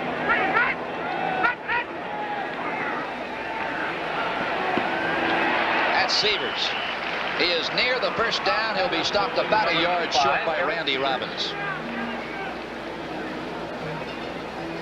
Number 48, Randy Robbins, with a tackle. And one of the keys to the game thus far, again, has been the play of rookie tackle Jim Lachey. He's been doing a fairly good job against Rulon Jones. Here you see Jones trying to come to the outside. Lachey takes him on right at the line of scrimmage, and Jones puts that little spin move on. But once again, that pocket is staying formed very well for Dan Fouts. The Broncos thus far, Jim, unable to do what the Raiders did so effectively last Monday, and that is collapse the pocket around Dan. But the Raiders did it the way it has to be done. You've got to come right up the middle and get in Dan's face, because he's not the most mobile of quarterbacks. That's right. He's not going to flush himself out of the pocket a la John Elway. He's going to stand in the pocket, look downfield, and make his choice. If you can rush him from the front, from the middle, you can be effective against him. You got to get in Fouts' face. Third down. And less than one. The Chargers 4 of 6 in the third down department today. Buford McGee has the first down.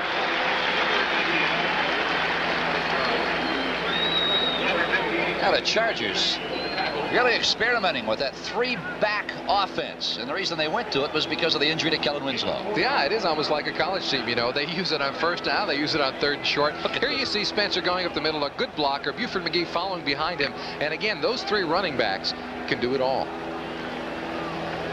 Wes Chandler right there on the bottom of your screen. He's picked up by Louis Wright, man on man. That's Lionel James in motion.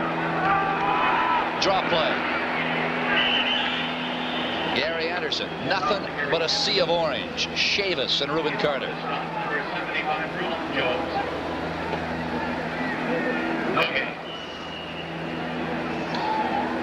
Now, as Bob Costas said a few moments ago, with the Raiders losing, and losing badly at the Kingdom, 19-0. And Denver losing to the Chargers today. What we talked about at the outset, no team thus far this year in the AFC West has ever stood atop this division all alone. And if these scores hold, that'll certainly be the case when the sun sets tonight. Fouts with time again. Severs holds on to the ball.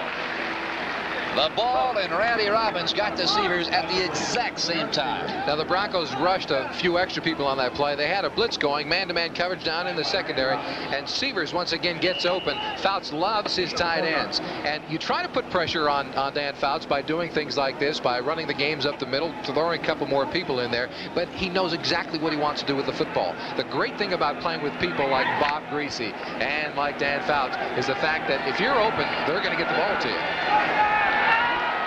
6 defensive backs for the Broncos, 4 down linemen, Chavis, Townsend, Carter, and Jones. And here they come. Fouts unloads in a hurry. Joyner has the ball. He tucked it away, protected the football, and then took a shot from Tony Lillard.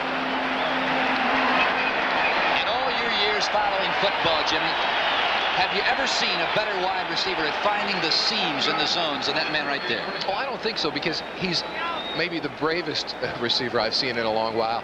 Nat Moore, you talk about bravery, is the same kind of a guy. But Charlie Joyner will find the seam, and finding the seam as a receiver means that you've got to have a lot of courage. They talk about having the heart of a wide receiver. Charlie Joyner has the heart of an offensive lineman.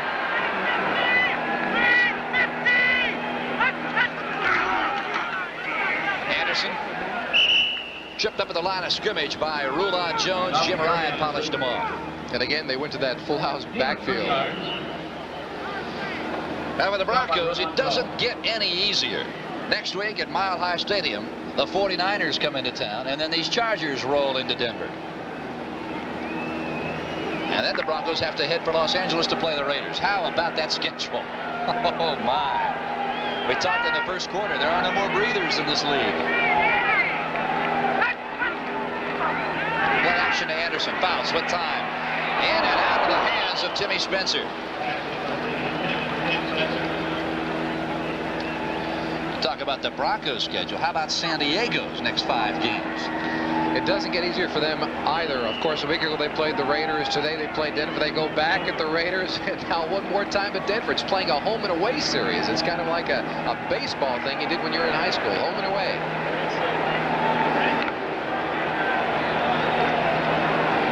Our fouls, 3rd down and 7. San Diego 6 of 8 in 3rd down situations.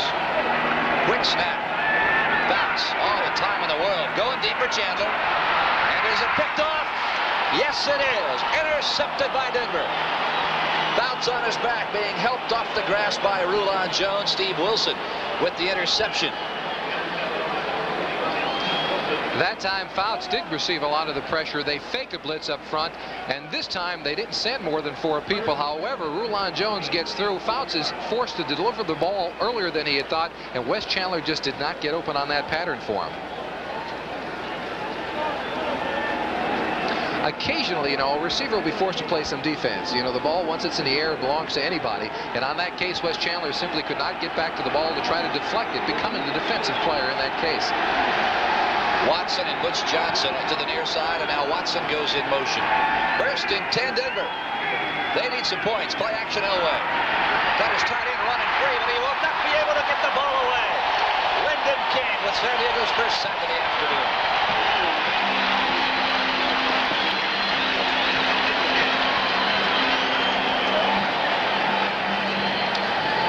For a while there, Elway seemed like he had James Wright open in the right seam for just a minute or so, but it collapsed on him so quickly. And what a play by Lyndon King coming inside. He is kind of like that designated sacker as a linebacker for the crew. And Elway really did not have time to pick out James Wright, who was open in the seam for a few minutes. Elway playing today with that hyperextended knee. He does not need an ankle injury to go along with that knee, and he almost got one there. Will Hyde and Sewell are the running backs from the shotgun. Chargers coming, and in a hurry.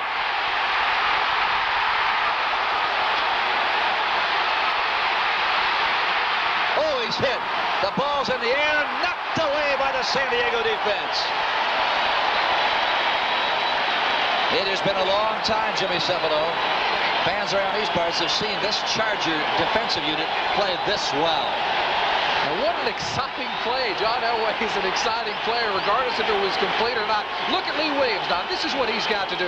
The Chargers have decided to go with just a 3 or 4 man rush. They're not blitzing. That means they've got a lot of people in the secondary to cover. And if they can get this kind of pressure from Lee Williams on John Elway, it'll be a very difficult time for them to try to come back in the football game, meaning the San Diego Chargers will be able to force Elway from the pocket while keeping everybody in the secondary to defense.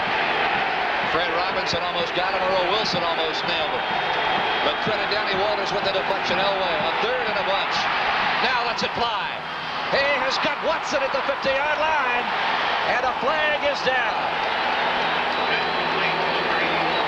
And you wonder what for. It's a difficult thing to imagine what that might have been for. Could it have been a spearing call? In that kind of a situation, did not seem to be a face mask. It could have not been holding.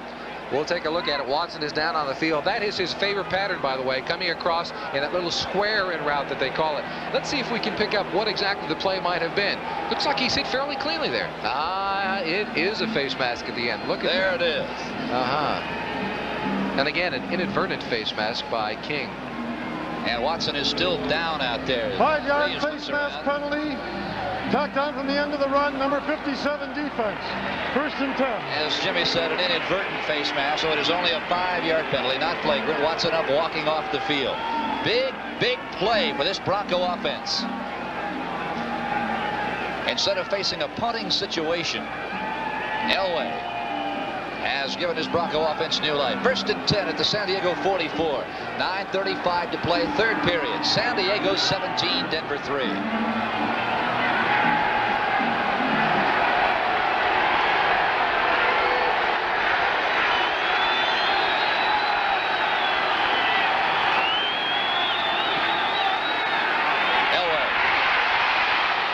screen. Winder's got it at the 40, the 37, and hammered out of bounds by Jeff Dale.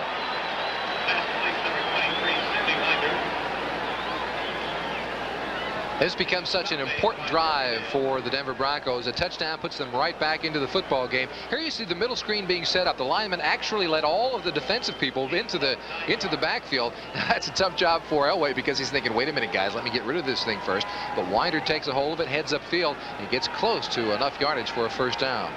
Second down and 1 from the 35. This is a big series for this ball club.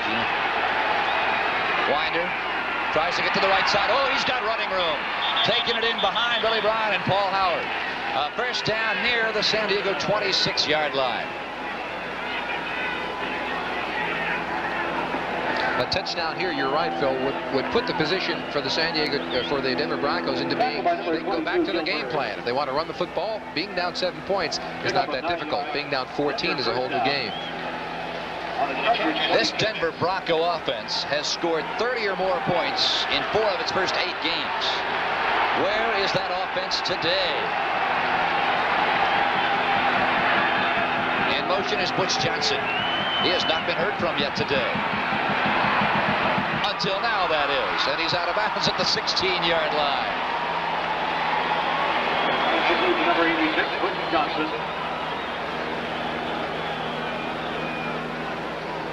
Yeah, they're now at halftime at the Kingdome. Can you believe that score after what the Raiders did last Monday? It really is.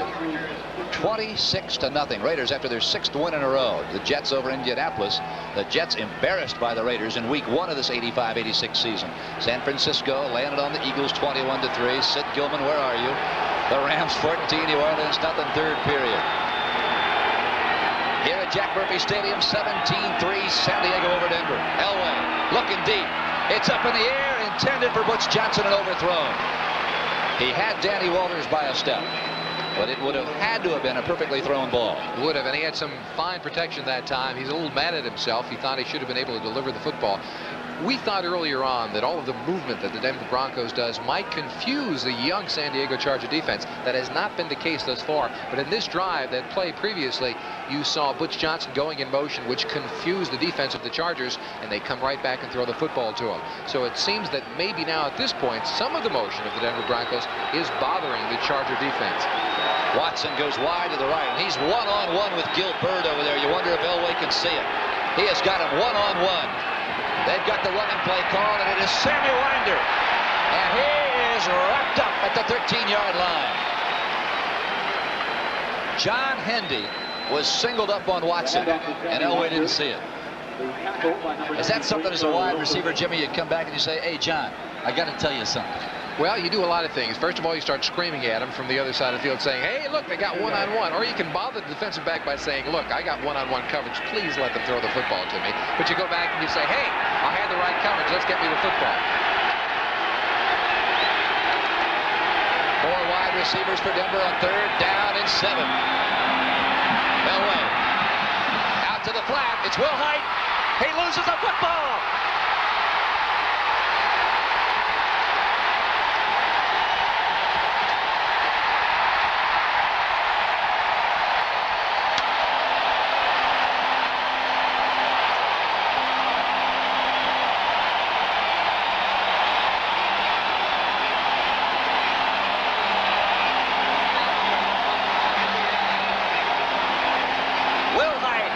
Touchdown, and the defense took it away. Today's game is brought to you by Mercury Cars, the shape you want to be in. By Diet Coke and caffeine-free Diet Coke, just for the taste of it. Diet Coke. And by Radio Shack, a division of the Tandy Corporation. And right now, this Bronco defense is looking at a division of the San Diego Charger Corporation. 7:25 to play, 3rd period. Bounce with time. He's got Turner.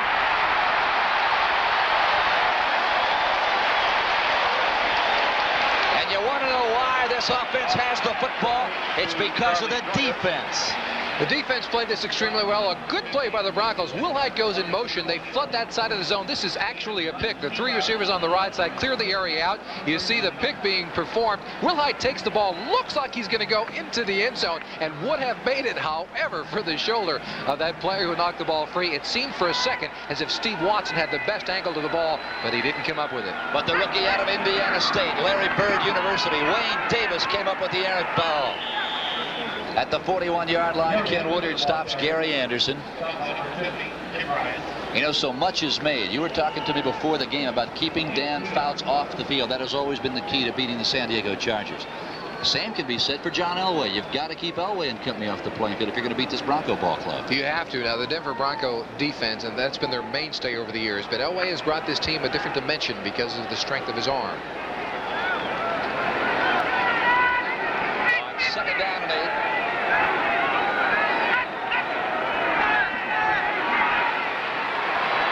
Flags down. Mike Harden covering Charlie Joyner very, very well.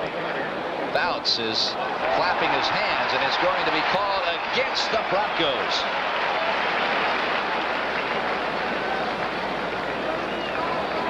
Personal foul, illegal head slap, number 61 defense. 15-yard penalty, automatic first down. Andre Townsend, the backup defensive end on the left side, called for an illegal head slap. That'll make your ears ring for a while, I'll tell you that. Fouts had very good protection that time. And if you may be looking at a team that might be getting a little bit frustrated.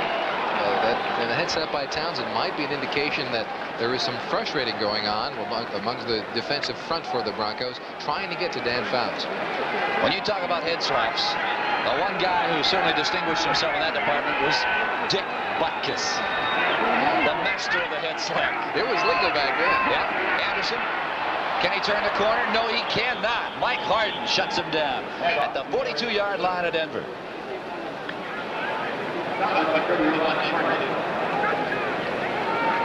It seems that Dan Fouts loves to play against good quarterbacks. Over the years, he's played very well against people like Marino and against Montana. Today, take a look at it here.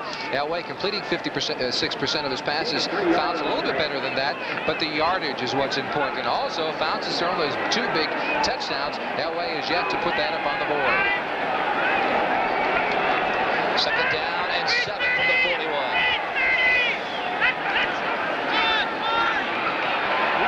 Fouts. Little sideline. Lionel James comes down with the ball again. A flag is down. Ken Woodard. And it may be against Lionel James. Hold on a minute. Somebody's going to be called for pass interference. Is it offense or is it defense? I believe Woodard's going to be... Pass interference. Number 52 on the defense. First and 10. How in the world can Lionel James, at 5'7", play this game and play it so very, very well? And this is the second catch of this caliber that he made today, jumping up and taking the ball away from a defender. Now, again, the shortest man in the NFL, but look at this. And Ken Woodard happens to be the best cover linebacker the Broncos have, but against Lionel James, he just didn't get the job done on that play.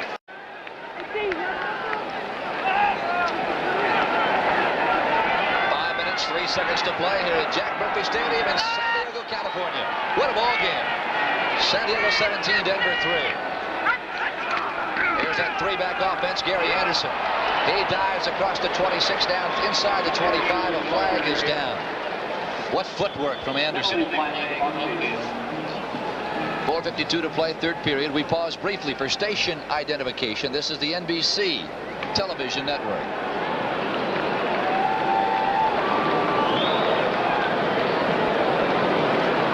It's going to be against San Diego. Let's listen. Illegal formation, left side of offensive line, out up on the line of scrimmage. 5-yard penalty, repeat first down. Yeah, there's 2 schools of thought there. You take the penalty and make it 1st and 15, or you take one more down away from Fouts. Yeah, that's a toss-up at this point, the way he's playing today. Lionel James and Anderson in the backfield, and Anderson heads in motion. There's the draw. Look at Lionel James. He gets outside to the 25-yard line and ahead to the 20, and here comes another flag. Another flag is down. Tony Lilly bumps James out of bounds. Oh, did he have have some running room. Penalty flag on the field.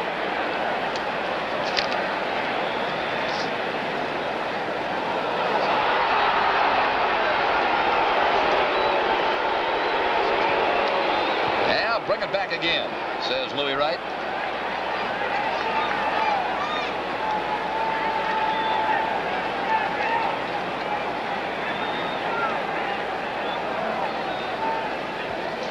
Holding, number 40, offense during the run. 10-yard penalty from spot of foul. Repeat first down. Gary Anderson does it all. He catches passes. He runs with the football. However, if he's going to block anybody, he'd better keep those hands back inside. You know, it's so important. You talk about Gary Anderson's versatility. You just about have to have that versatility now to survive in this league with that roster cut from 49 to 45. It's a very important point. You're right. The more you can do today, the better your chances of remaining with an NFL team. Bounce play action. Right down the middle. Wes Chandler has the ball, and he is down at the 18-yard line and slow getting up. Tony Lilly on the tackle. Chandler is known as one of the best route runners in the entire NFL. Now watch him here. He comes inside, never straight up on the ball, always at an angle. Now he has a couple of people wondering, am I going this way up toward the goal line, or am I going to cross your face? Well, this time he faked like he was going to the post and came across the face there of the defensive back, making a nice catch going up in the air. He's coming out of the ball game limping a bit. He'll be back. You can be sure of that. Charlie Joyner comes wide to the right. He is singled up on Louis Wright. Two of the great players in this league today. Bounce the give is to Buford McGee. There's the pitch. Lala Levere, Gary Anderson. Oh, can you believe the call?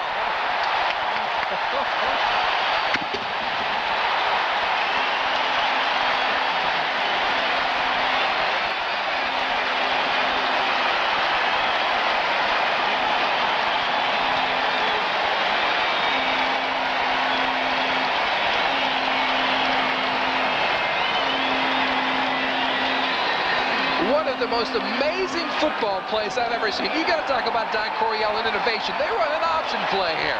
They give the ball out to Buford and pitches the ball to Anderson. And then the athletic ability of Anderson allows him to hurdle a player in midair.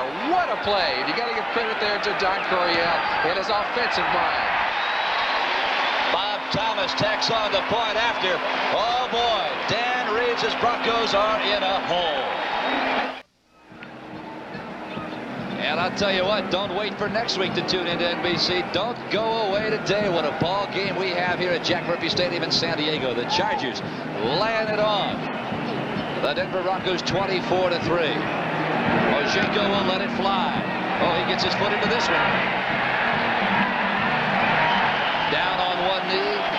Elway and company will now begin from their own 20-yard line. You know, just when you think you have this San Diego offense figured out, they throw something new at you. A veer, an option play? What an unusual play with that full house backfield. You know, Don Coryell has a lot of wrinkles off of it. They tried it a week ago against the Los Angeles Raiders. The play went for a touchdown, but was called back because they said it was a forward pass, a forward pitch.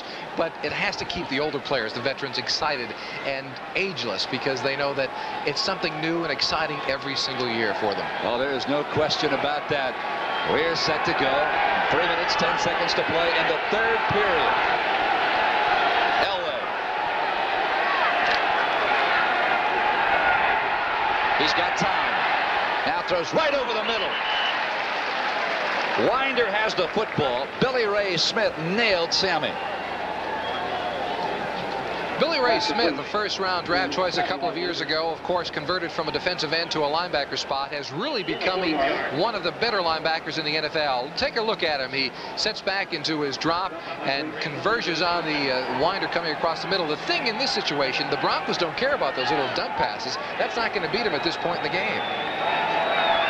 Elway yelling at Watson to get over on the right side, and Steve obliges. Second down and 6 from the 24.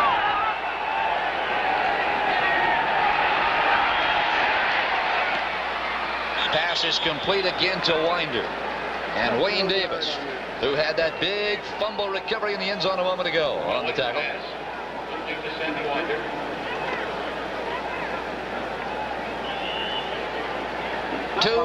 Denver turnovers, Jimmy, have led directly to San Diego scores. The interception by Elway in the second period. The fumble in the end zone that took the touchdown off the board for Denver. San Diego takes it the length of the field and scores a touchdown. And then Gary Anderson option.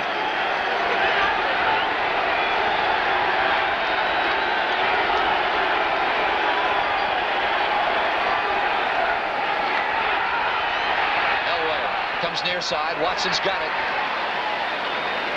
And he is rolled to the grass by Danny Walters. Steve Watson has caught, as we said before, just one touchdown pass on the year, probably because they're trying to spread the ball out as much as possible. Here you see the strength of John Elway's arm. Not too many quarterbacks can throw that kind of a pattern because it has to be thrown on a line. A defensive back has a lot of time to react to it, but he has the strength of the arm, and a receiver such as Watson who runs such good move routes that they can complete that quite often. Broncos came into this ball game today on a 4-game winning streak.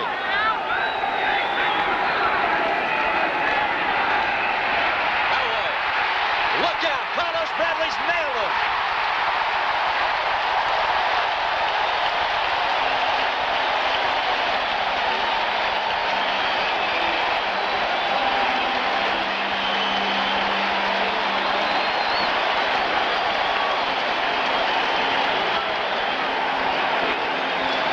Carlos Bradley is one of those guys who can do it all. He's a very good pass defender, and here the pressure is on. The one thing that the Chargers have done, as you see Bradley chasing Elway from the pocket, is they've increased the number of sacks over the past 4 weeks with the change from Dave Adolph now as the defensive coordinator. They want to put pressure on the quarterback, and that's exactly what they're doing to John Elway today. Lyndon King and Carlos Bradley each with a sack of Elway today. Second down and 34. This time it is Freddie Robinson.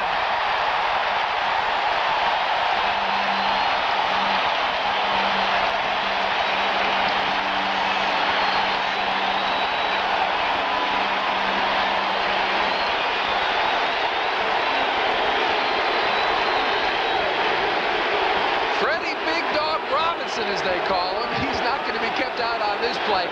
With a position like 3rd and 34, you know, what can you do? They're going to zone the entire field. Elway has nobody to throw the ball to. He comes from all the way around the other side of the field to make the play. And what is interesting, Jimmy, is Elway has gone down 3 times. All 3 times the charge has come from the weak side, Elway's blind side.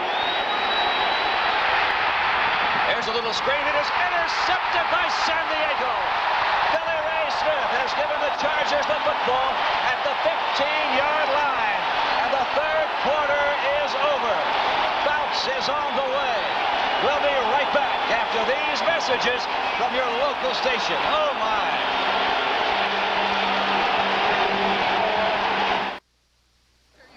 Happy Dave Adolph from the defensive coordinator of the San Diego Chargers, probably with a big sigh of relief. You know, as a coach, you've got to think, is what I'm teaching or the changes I'm making, are they going to sink in eventually? With such a young defense, you've got to say that this is going to be a big confidence booster to those people in the secondary for the Chargers, as well as a young defensive line.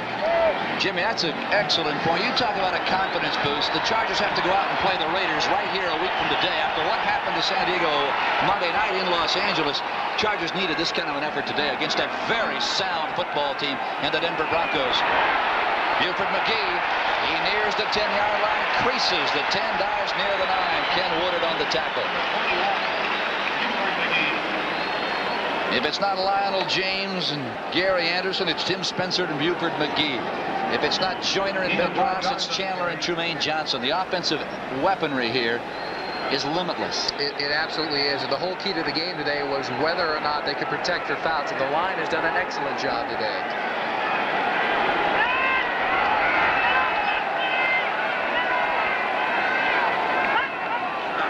There's that full house backfield. Anderson. Not much running room in near the 8-yard line. Everybody on that defensive line. Chavis, Carter, Rulon Jones in on the tackle.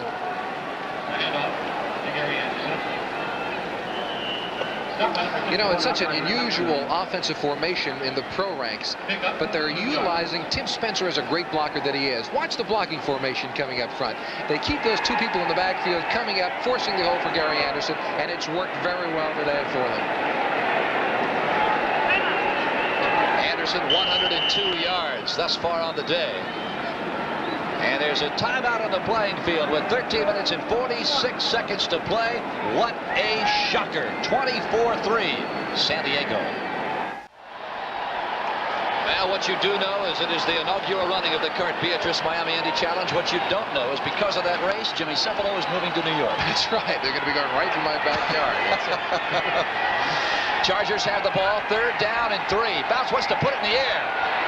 He unloads. Holohan. Was he juggling? He was juggling going out of bounds, I believe. Randy Robbins, good coverage. Excellent call by the officials. Now, Holohan again with those great hands of his, but he couldn't pull this one in. A good call by the official. It does seem like he was bobbling the football. Again, Dan Fouts enjoys going to his tight ends down here close to the end zone. Now, watch him. He goes up in the air. He's got 1 foot in, but he doesn't have them both as the ball is juggled back and forth. Too late to try it there, Pete. That's a little bit too late, buddy. He ran out of white chalk. 4th down and 3, and it is Bob Thomas on. From 26 yards away, he is perfect, but a yellow flag is on the playing field.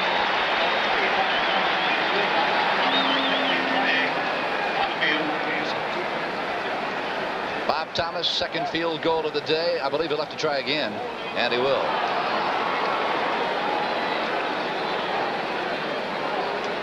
Clock stops, 13:37 to play in the ball game.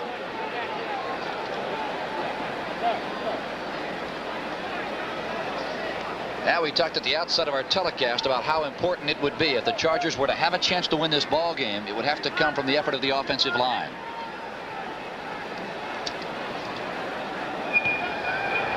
Holding, number 55 on the kicking team. 10-yard penalty. Repeat 4th down. Derry Nelson, the guilty party.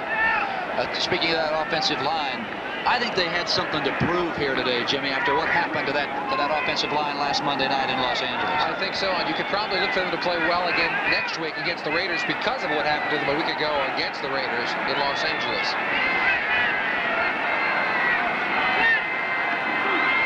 From 35 yards away, boy, Thomas has been on the money. He has been on the money. Clock is stopped. Take a look at that count. The man on the left is looking at a flight schedule, trying to figure out when he can get out of town. The man on the right is chomping at the bit to get back in the Raiders' face 1 week from today. Chargers to kick it away. Mojingo lets it sail. It's Lang at the 3. He's across the 22, and Derry Nelson, what a job he has done today on special teams. In fact, talk about special teams. The Chargers' special teams today played very, very well. They have played very well. Derry Nelson is the guy they rely on to get downfield and to make those big plays, and he's done the job this afternoon. Take a look at that. Seattle pasting the LA Raiders 26-0. Things will certainly tighten up a bit here in the AFC West. The Jets doing a jig on the Colts' head, 35-10 fourth period. San Francisco beating Philadelphia 24-13. The Rams over the New Orleans Saints 21-7. Broncos need some points, and they need them in a hurry. Elway flushed out. Caught from behind. Elway thought he could run another 10 yards, but Lyndon King, what a game the outside linebacker from the left side has played today. Elway gets flushed onto the pocket on this play. He did have Sammy Winder downfield. It looked like he was open for a minute and thought about throwing the ball, but thought better of it, tucked it away. You know, John, Elway happens to be the 3rd leading rusher on this football team. Boy, the linebacking core of the Chargers without the Sage. The Sage one, Woody Lowe, has played exceptionally well today. King, Green, Billy Ray Smith, Carlos Bradley. And that time it was Lyndon King in Elway's face, and his partner that lines up beside him, Mike Green, right on top of the intended receiver, Steve Sewell. This telecast is presented by authority of the NFL. It is intended solely for the private use of our audience. Any rebroadcast or other use of this telecast without the express written consent of the Chargers and the NFL is prohibited. Well, it takes just a moment to Thank our producer, David Neal, our director, Mark Warner, and our entire crew here at Jack Murphy Stadium in San Diego. Gentlemen, the pictures have been superb today. We thank you. Out of the shotgun, Elway. It's complete. Wilhite has it. This time he holds on at the 35-yard line. Again, number 57, Lyndon King. He has been all over the field today. Yeah, at that time they try to isolate Wilhite against Lyndon King. And, of course, anytime you get a running back against a linebacker, it is a mismatch. Elway takes some time here. Wilhite actually has an option to break inside or outside. On that play, he saw the open area to the inside and picked up a first down. Remember when he first came into the NFL out of San Jose State? Gerald Wilhite was famous for his back flips after the touchdown. That's right. First and 10 Broncos. Elway slips, now lets it go, and he cannot hit Steve Watson. John Henry, the rookie out of Long Beach State. Oh, Elway very disgusted with himself. And you know, he hasn't been playing that bad of a football game either. He has not put the big numbers up on the board, but his statistics aren't very bad. The thing is, he's thrown 2 interceptions, something he has not done the last few weeks, and is yet to throw a touchdown pass for quite a while. You touched on it when we first got underway, Jimmy. Dan Reeves said to be effective against the Chargers, we've got to do what the Raiders did to San Diego last Monday. Run the ball right into their teeth. They've not done it today, coupled with the fact San Diego has taken Steve Watson away from Elway. Boy, John, a long time. He completes the pass, a flag is down, and rightfully so.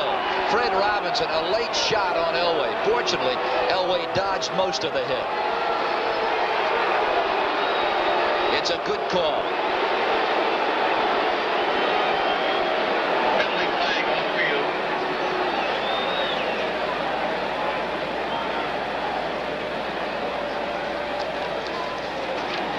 Personal foul, roughing the passer, number 90 on the defense, holding number 60 on the offense.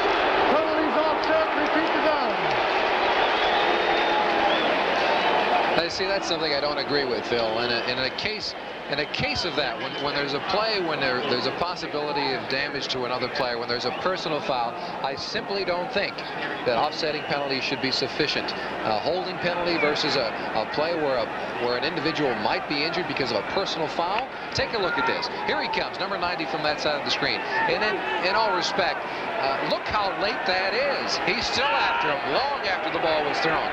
But I don't agree. I think a team should be penalized regardless of the holding penalty. I agree. 100%. Elway. Now he moves out to the left, steps up, and now he's going down the sideline for Wilhite, and it's knocked away. An official knocked off his feet. Fortunately, the official is okay. Gilbert gets up. Everybody's okay. They'll come back and do it again.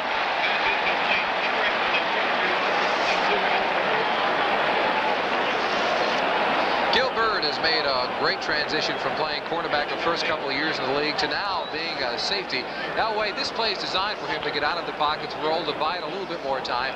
Here he is throwing downfield, reminiscent of the play earlier when he was trying to go to Wilhite when the ball was intercepted. Now watch the official if you can't hear.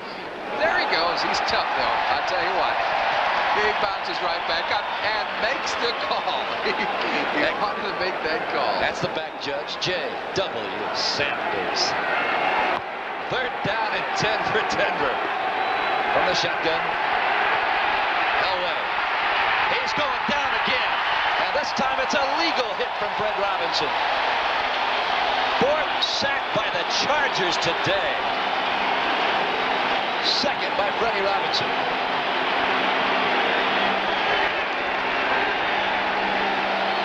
Robinson, of course, with that personal foul a little bit earlier in the same series, but this time he does it the legal way.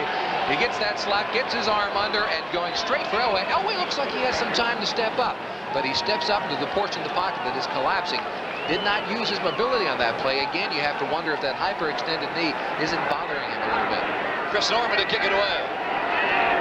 Look at that average today. Over 51 yards. This is a short punt. A fair catch at the 36-yard line. Miles McPherson. Clock stops, 10:42 to play. And again, that San Diego Arsenal's on the way.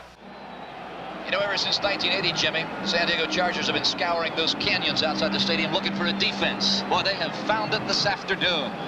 27-3 San Diego over the Denver Broncos. And while we have just a moment before Dan Fouts gets back on the field, I want to welcome our viewers in Australia. Network 10 is here in San Diego today, and our game is being fed via satellite to the land down under, the country that will relinquish the America's Cup come 1987. Tim Spencer around the right side, and he is bounced out of bounds by Tony Lilly. They just have to stop feeding Vegemite to the American people that go over there. That's what? Vegemite. That's the item, that bread spread that they give you in Australia. And if you have ever tasted it, Phil, you would never once again go back. Vegemite. Vegemite. Sounds something like something you trim your lawn with. Something they sell at 2:30 in the morning on TV. Anderson today, 17 carries, 102 yards. He's averaging 6 yards a carry. Denver's total rushing yardage, 59 yards. Fouts, quick release. It's Wes Chandler rolled under by Louis Wright. That's complete to Wes Chandler. Yeah, with Fouts' injury 5 weeks ago, the fact that he was out for 4 weeks, came back his first full game last Monday against Los Angeles. Are you a little surprised that Coriella's left him in with the situation on the scoreboard that it is? No, I'm not. For the simple reason that Fouts is one of the greatest competitors this game has ever seen, and I don't think he wants to go out. He's having one of those days quarterbacks dream about. He doesn't want to leave it at this point in the game. Fouts 20 of 29 for 265 yards and a couple of touchdowns. Here's Anderson. He gets through. How did he get through that wall? There was nothing but orange jerseys, 5 of them at the 50-yard line. Anderson somehow sneaked through to the 44. He is that slashing type of a runner. He's not very big, but he is extremely quick. Watch him here. It's the I formation. There you see Tim Spencer, a great blocker, going down. He has now hit the 100-yard mark, but a slashing rusher. Seaver is also with the key block on that play. Look at him here, taking the ball down. He pushes his man inside, blocks 2 people on the play. This is an inspired San Diego Charger team. Of course, Denver will head home next week. 2 straight appearances in Mile High against the 49ers and these Chargers. Buford McGee. He turns the corner. He's near the 40-yard line. The ball is free. And I don't think anybody got it. The Chargers will retain possession. Clock stops with 9:06 left of the ball game. Of course, they lost quite a few yards on that play. The ball bounces back, and it is marked where it goes. Watch, Gary Anderson on this play wipes out 2 people with his blocking ability. Here he comes. Look at that. 2 people he knocks down. Buford McGee, the ball is slapped out of there, and lucky enough for the San Diego Chargers and not for the Denver Broncos, the ball just slithers out of bounds. Ricky Hundley and Randy Robbins, the 2 players taken out by that outstanding block from Anderson. The Chargers 6 of 10 in 3rd down situations. They have it 3rd and 9 here. Joyner is in motion. He's the 3rd down man, but he is frozen at the line, and that causes Fouts to try and eke it out to the little train Lionel James. Ralph Mojenko is on with 9 minutes and 1 tick to play in the ball game. For Ralph Mojenko, only his 2nd punt of the day, his first of the 2nd half. That tells you something about the effectiveness of this Charger offense. Vance Johnson in his own 10-yard line.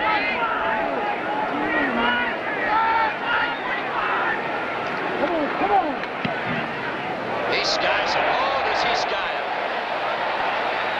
And it is into the end zone, a touchback for Mojenko. A 47-yard punt.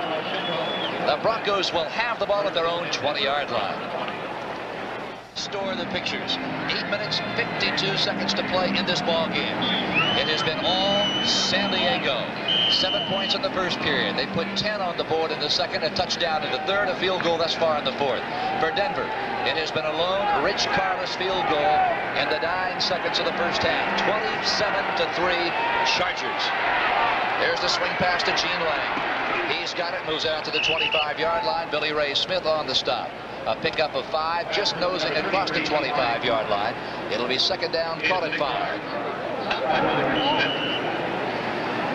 Jimmy, are you a bit surprised at this defensive effort from the Chargers, considering what this team has done over the past few years? Well, over the past few years, they have been down the bottom, 27th, 25th, 26th, and 26th in total defense in the NFL. 28th coming in today's game, but they're a completely different club this afternoon. Elway Rifles a shot to Steve Watson. For Watson, his 4th catch of the afternoon. He has 82 yards on the afternoon. A first down. Gilbert and Danny Walters on the tackle. Watson, a fine wide receiver. 3 of the last 4 seasons, he's gone over the 1,000-yard mark and may not get that 1,000 yards this year because of the fact that they are spreading the ball out quite a bit. A name we haven't heard very much today. How about Vance Johnson? There's somebody. Gary Kubiak is now in the game, by the way, for the Denver Broncos. Yeah, Elway has called it a day. There's a little inside handoff. That's the rookie out of Oklahoma, Steve Sewell. He turns the corner, doesn't get much. Across the 45-yard line and out of bounds.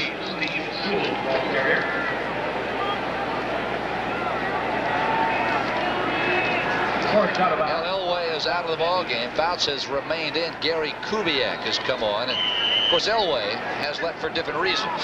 He's got that gimpy knee.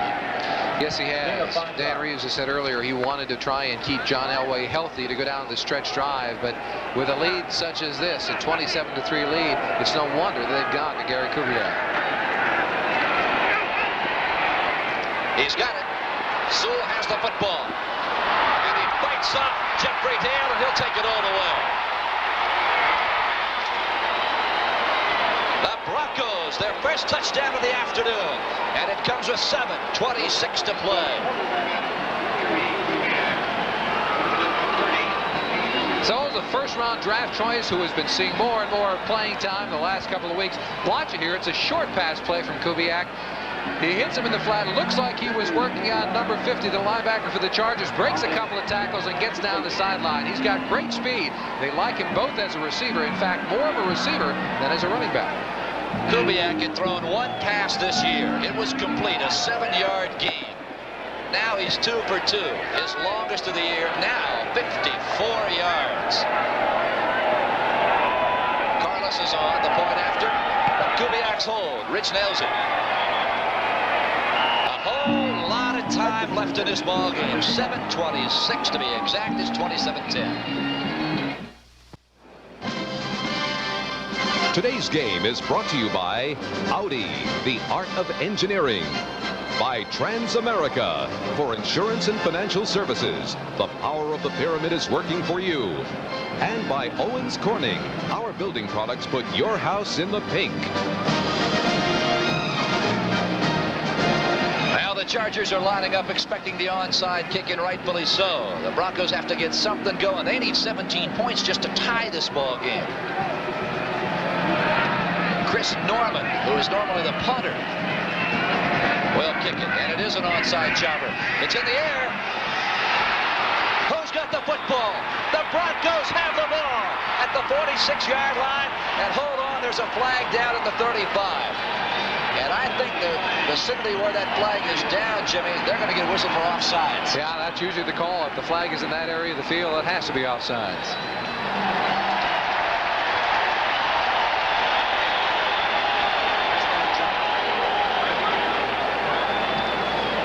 Carl Mecklenburg, who recovered the live football. Kicking team, 5-yard penalty, re-kick. They'll have to re-kick it. Watch the very top of your screen. You can't break that plane. And there he is. And that is ever so close, though. He's just got his arm over the line of scrimmage. And of course, that doesn't matter. That means he's offsides. Don Coryell, a man who is in a must-win mode if he's going to hang on to his job. Well, you know, coming into this season, they said they wanted to go 8-8. You look at this team, you think it's an experienced team because of a Dan Fouts and because of a Kellen Winslow and a Wes Chandler. But when you really look at it, there are 19 of the 45 people on this team that are different from a year ago. 8 different starters, so they are a young club. And he has been such a great innovator in the game. You would think that with the defense maybe starting to turn around, that he'll be here for a while longer. And to amplify what you just said, to go along with those changes, the Chargers have had 27 roster changes this year because of injuries. Norman will try it again. The ball up in the air. Who's got the ball? I think the Broncos have gotten it again. Hold everything. The Chargers say they have it. But there's another flag down on the field. Can you imagine? On the field. Chargers say they have it, and they're pretty confident about it.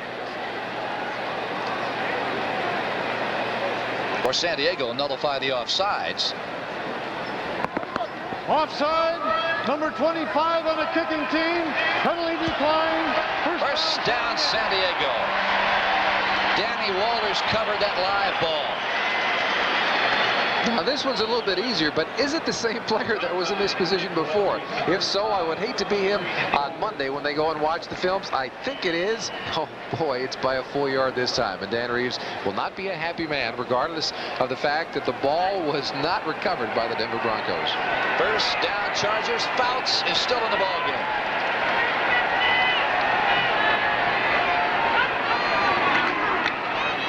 Gary Anderson. Jimmy, I have to be honest about it. I really question the wisdom of leaving Dan Fouts in this ball game at this stage. Always risk the possibility of getting hit. A busted play where he has to cover a loose ball, getting pounced on. And for what reason? Well, before I wouldn't agree with you, but now with nearly 7 minutes left to go in the game, I have to agree. They're going to run the football here. They're not going to take any chances and throw the ball up in the air. So Dan Fouts will not have the opportunity to do what he likes to do, and that's throw the ball.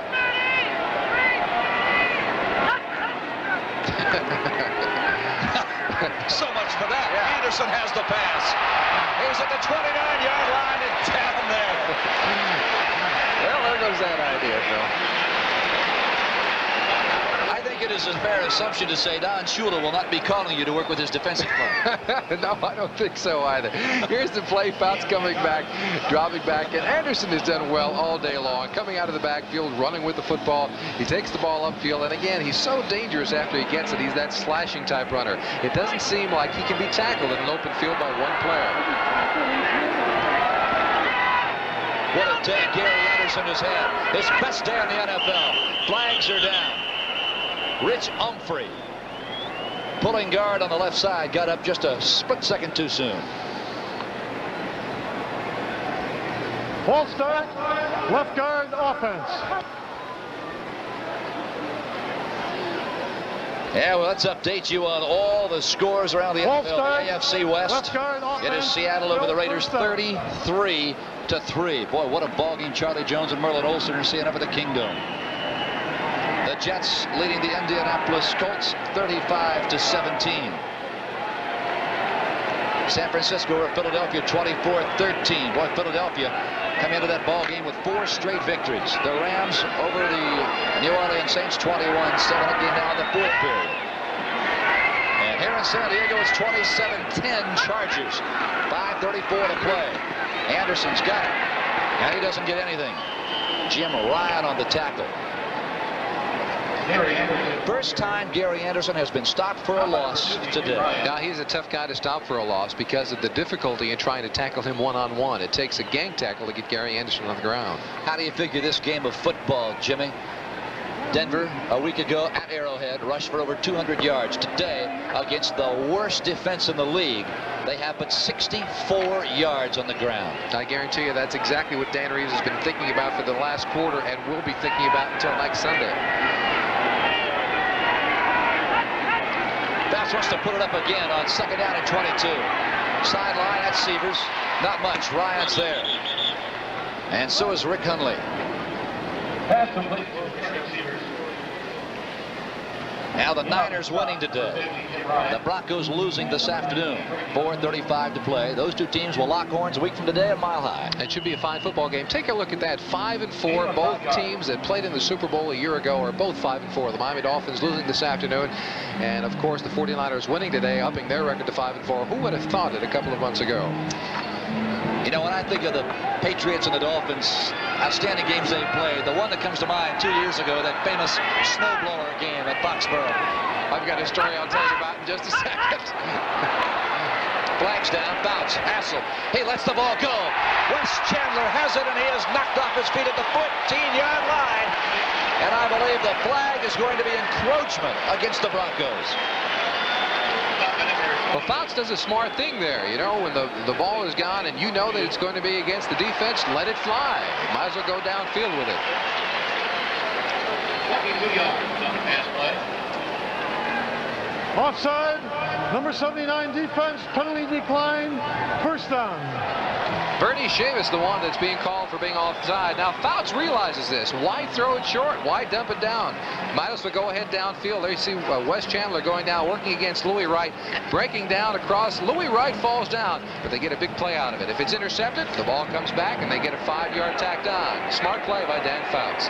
Chandler set an NFL record 3 years ago, averaging 129 yards a game.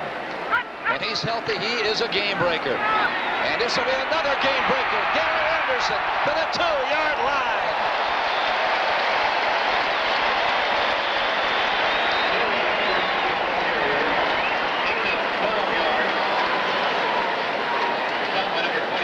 Gary Anderson has simply done it all day long today. Tim Spencer leading him around the corner along with Lachey. Cutting upfield. He really goes untouched until he hits about the 8-yard line, falls forward to the 2, and if they score here, the ball game will simply be all but over. Anderson has been with the Chargers for the last 5 games since coming over from the United States Football League, and folks around San Diego have been wondering, where is this phenom? Where is this guy that everybody's been talking about? Well, there's Sid where he is today. First and goal. First man through, Tim Spencer shut down. Mike Harden, Tom Jackson on the stop. As you come in with the kind of credentials that Gary Anderson had in the USFL, everybody immediately said, this is another Gale Sayers. This is Sayers in a Charger uniform. It's a heck of a name to live up to. It is. It's very unfair to someone like Gary Anderson. The fact of him coming here to a San Diego team that has such a complicated offense, you have to applaud the way that Don Coryell has worked him along, and now it seems like he's come of age and is ready to really contribute to the Charger offense over the rest of the season. The Chargers, almost 400 yards in total offense. Buford McGee, and he doesn't get in either.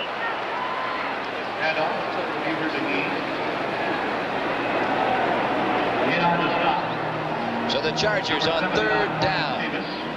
And there's a lot of pride with that Denver defensive front. Here they are down by a few touchdowns with just 2 minutes left in the game. But that doesn't matter. They're simply going to stop Buford McGee from going over the top. Look at that surge by the defense of the Denver Broncos. We have reached the 2-minute warning. I erred a minute ago. The Chargers have 458 yards of offense, and they want more. Well, those of you who are up early enough to watch NBC News at sunrise, the man to my right will be a familiar face in the next couple of weeks. Jimmy Cefalo, you'll be doing sports along with Connie Chung. Yes, I'll be beginning that show on November the 18th, and 6 a.m. in a lot of parts of the country, 6:30 other places. But I've got to be there about 3:30 in the morning, so my social life in New York City will not be extremely happy, I guess. See, the way I compute it, you're going to be going to bed right around dinner time. Yeah, so if I want to go out to dinner, I'll say, hey, how about 5 o'clock? How does that sound? The Chargers with the ball, 3rd down and goal from inside the 1. Again, look at that 3-back formation. Anderson, did he make it? There's no hands in the air. They're saying he's down. And I guarantee if he's down, the nose of that ball is going to be right there. And Coryell's bringing Bob Thomas on. And if I'm the offensive line, I'm real disgusted with that. Yeah, I would be too. But, you know, you have to think about it from Coryell's standpoint. What do? You can't go for the touchdown. It seems to be milking it by putting a field goal on the board, but you don't want to just sit down with the ball with 1.5 minutes left in the game. You got to give credit to that Denver Bronco defense. They could have just given up, but they won't. They'll be back next Sunday on Mile High. You can be sure of that. Thomas 2 for 2 today. 3 for 3 on the year now. Thomas, 9 for 12. 1:09 to play. We'll be back. Well, a week from today, it'll be 7 games around the regions here on NBC Sports. Cleveland and Cincinnati, Pittsburgh, Kansas City, Seattle, New Orleans, Indianapolis, and New England. And then later in the day, how about these matchups? Houston and Buffalo, the Jets at the Orange Bowl, and the Raiders travel to Jack Murphy Stadium to play the Chargers. From 7 yards deep, the Broncos will be content to bring it out and go from the 20-yard line. And Kubiak is coming on. John Elway has called it a day. 1:09 to play here at Jack Murphy Stadium. The Chargers 30, the Denver Broncos 10. And Jimmy, you were right on at the outset of our telecast when you said if the Chargers are going to be a force in this ball game today, it would have to start up front, both offensively and defensively. That's right, and the offensive line should be applauded for the San Diego Chargers. Jim Lachey, Ed White, Don Masek, Dennis McKnight, Sam Clappin, Eric Severs, they've done an excellent job in protecting Dan Fouts. Kubiak out of the shotgun. In and out of the hands of Gerald Wilhite. Kubiak pass incomplete. Intended for number 47, Gerald Wilhite. Lee Williams, Earl Wilson, and Fred Robinson have been in the Denver quarterback's face all day. And Lee Williams has done a fine job today in pressuring the Denver quarterbacks all the time. Watch him come in here. He spins and he finally gets to Kubiak and says, "Hello, how are you today? Why don't you have a seat for a while? The game's almost over." Second down and 10. Kubiak again overthrows Wilhite. And he had talked about why don't you have a seat for a minute. The game's almost over. A couple of years ago when Fred White was a member of this, Fred Dean was a member of this Charger defensive unit. I asked him, I said, Fred, why don't you ever help a quarterback up after you knock him down? He said, Phil, I helped them get down. They can help themselves get up. That's a good point. You were talking a moment ago about that snowblower game back in '82 when you were a member of the Dolphins at New England. Yeah, it's a game I'd rather forget. It was 3-0. We lost the game. With about 5 seconds ago, I dropped a touchdown pass in the end zone. And again, it contributed to my retirement at an early age. Vance Johnson. What's going on? Vance Johnson was 5 yards across the line of scrimmage. But he could do that. You see, that's the whole point. He can go downfield and come back. Nobody from San Diego jumped. Now, had a defensive lineman jumped, it would have been offside, ruled against the Denver Broncos. Now let's listen. Offside, encroachment, contact foul, offense. 5-yard penalty, still third down. Now, this is an odd business. Where in the world are you going? But, well, you know, put it this way. If you're going to be offsides, you might as well be offsides, you know. Forget about this moving a finger or a hand. You might as well go downfield for a while, touch somebody, and then come back. Now, that was Vance Johnson, the rookie out of Arizona State, and I know the Sun Devils don't teach it that way over there. The executive producer of NBC Sports is Michael Wiseman. The coordinating producer of football, Ted Nathanson. Today's game produced by David Neal, directed by Mark Warner.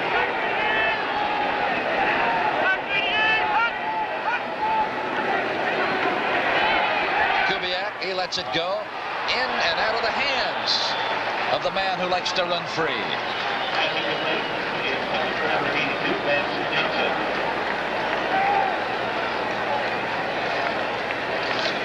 Well, assuming the score in Seattle and the score here in San Diego stays the way they are, this is the situation heading to Week 10. Things are tightening up in the AFC West. They are tightening up, and now you look, if you're a San Diego Charger fan, you've got to think that you're not out of it at this point in time. Kansas City, though, at 3-6, are going to have to win some football games if they plan on going to the playoffs. Chris Norman. He lets it go. And nobody back at all for San Diego. Inside the 35-yard line, clock still running, 43, 42. And it's down there with 40 seconds to play. The Charger offense is coming back out. And it will take the field without Dan Fouts. 55-yard punt. There's the final. New England over Miami 17-13. What a game next week, Miami and the Jets. Pittsburgh over Cleveland 10-9. The Browns led that game until the last 10 seconds. Washington down Atlanta. Troubles continue for David Henning. Chicago over Green Bay. The Packers led that game most of the way. Houston over Kansas City. John Malkovich, look out. Minnesota down the Lions by 3.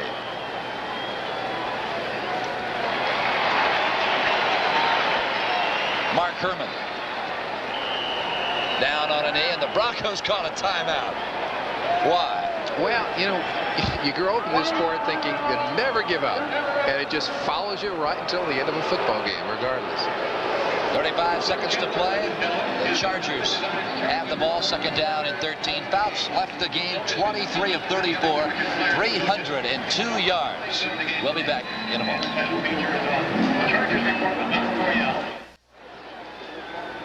29-28, the clock is running.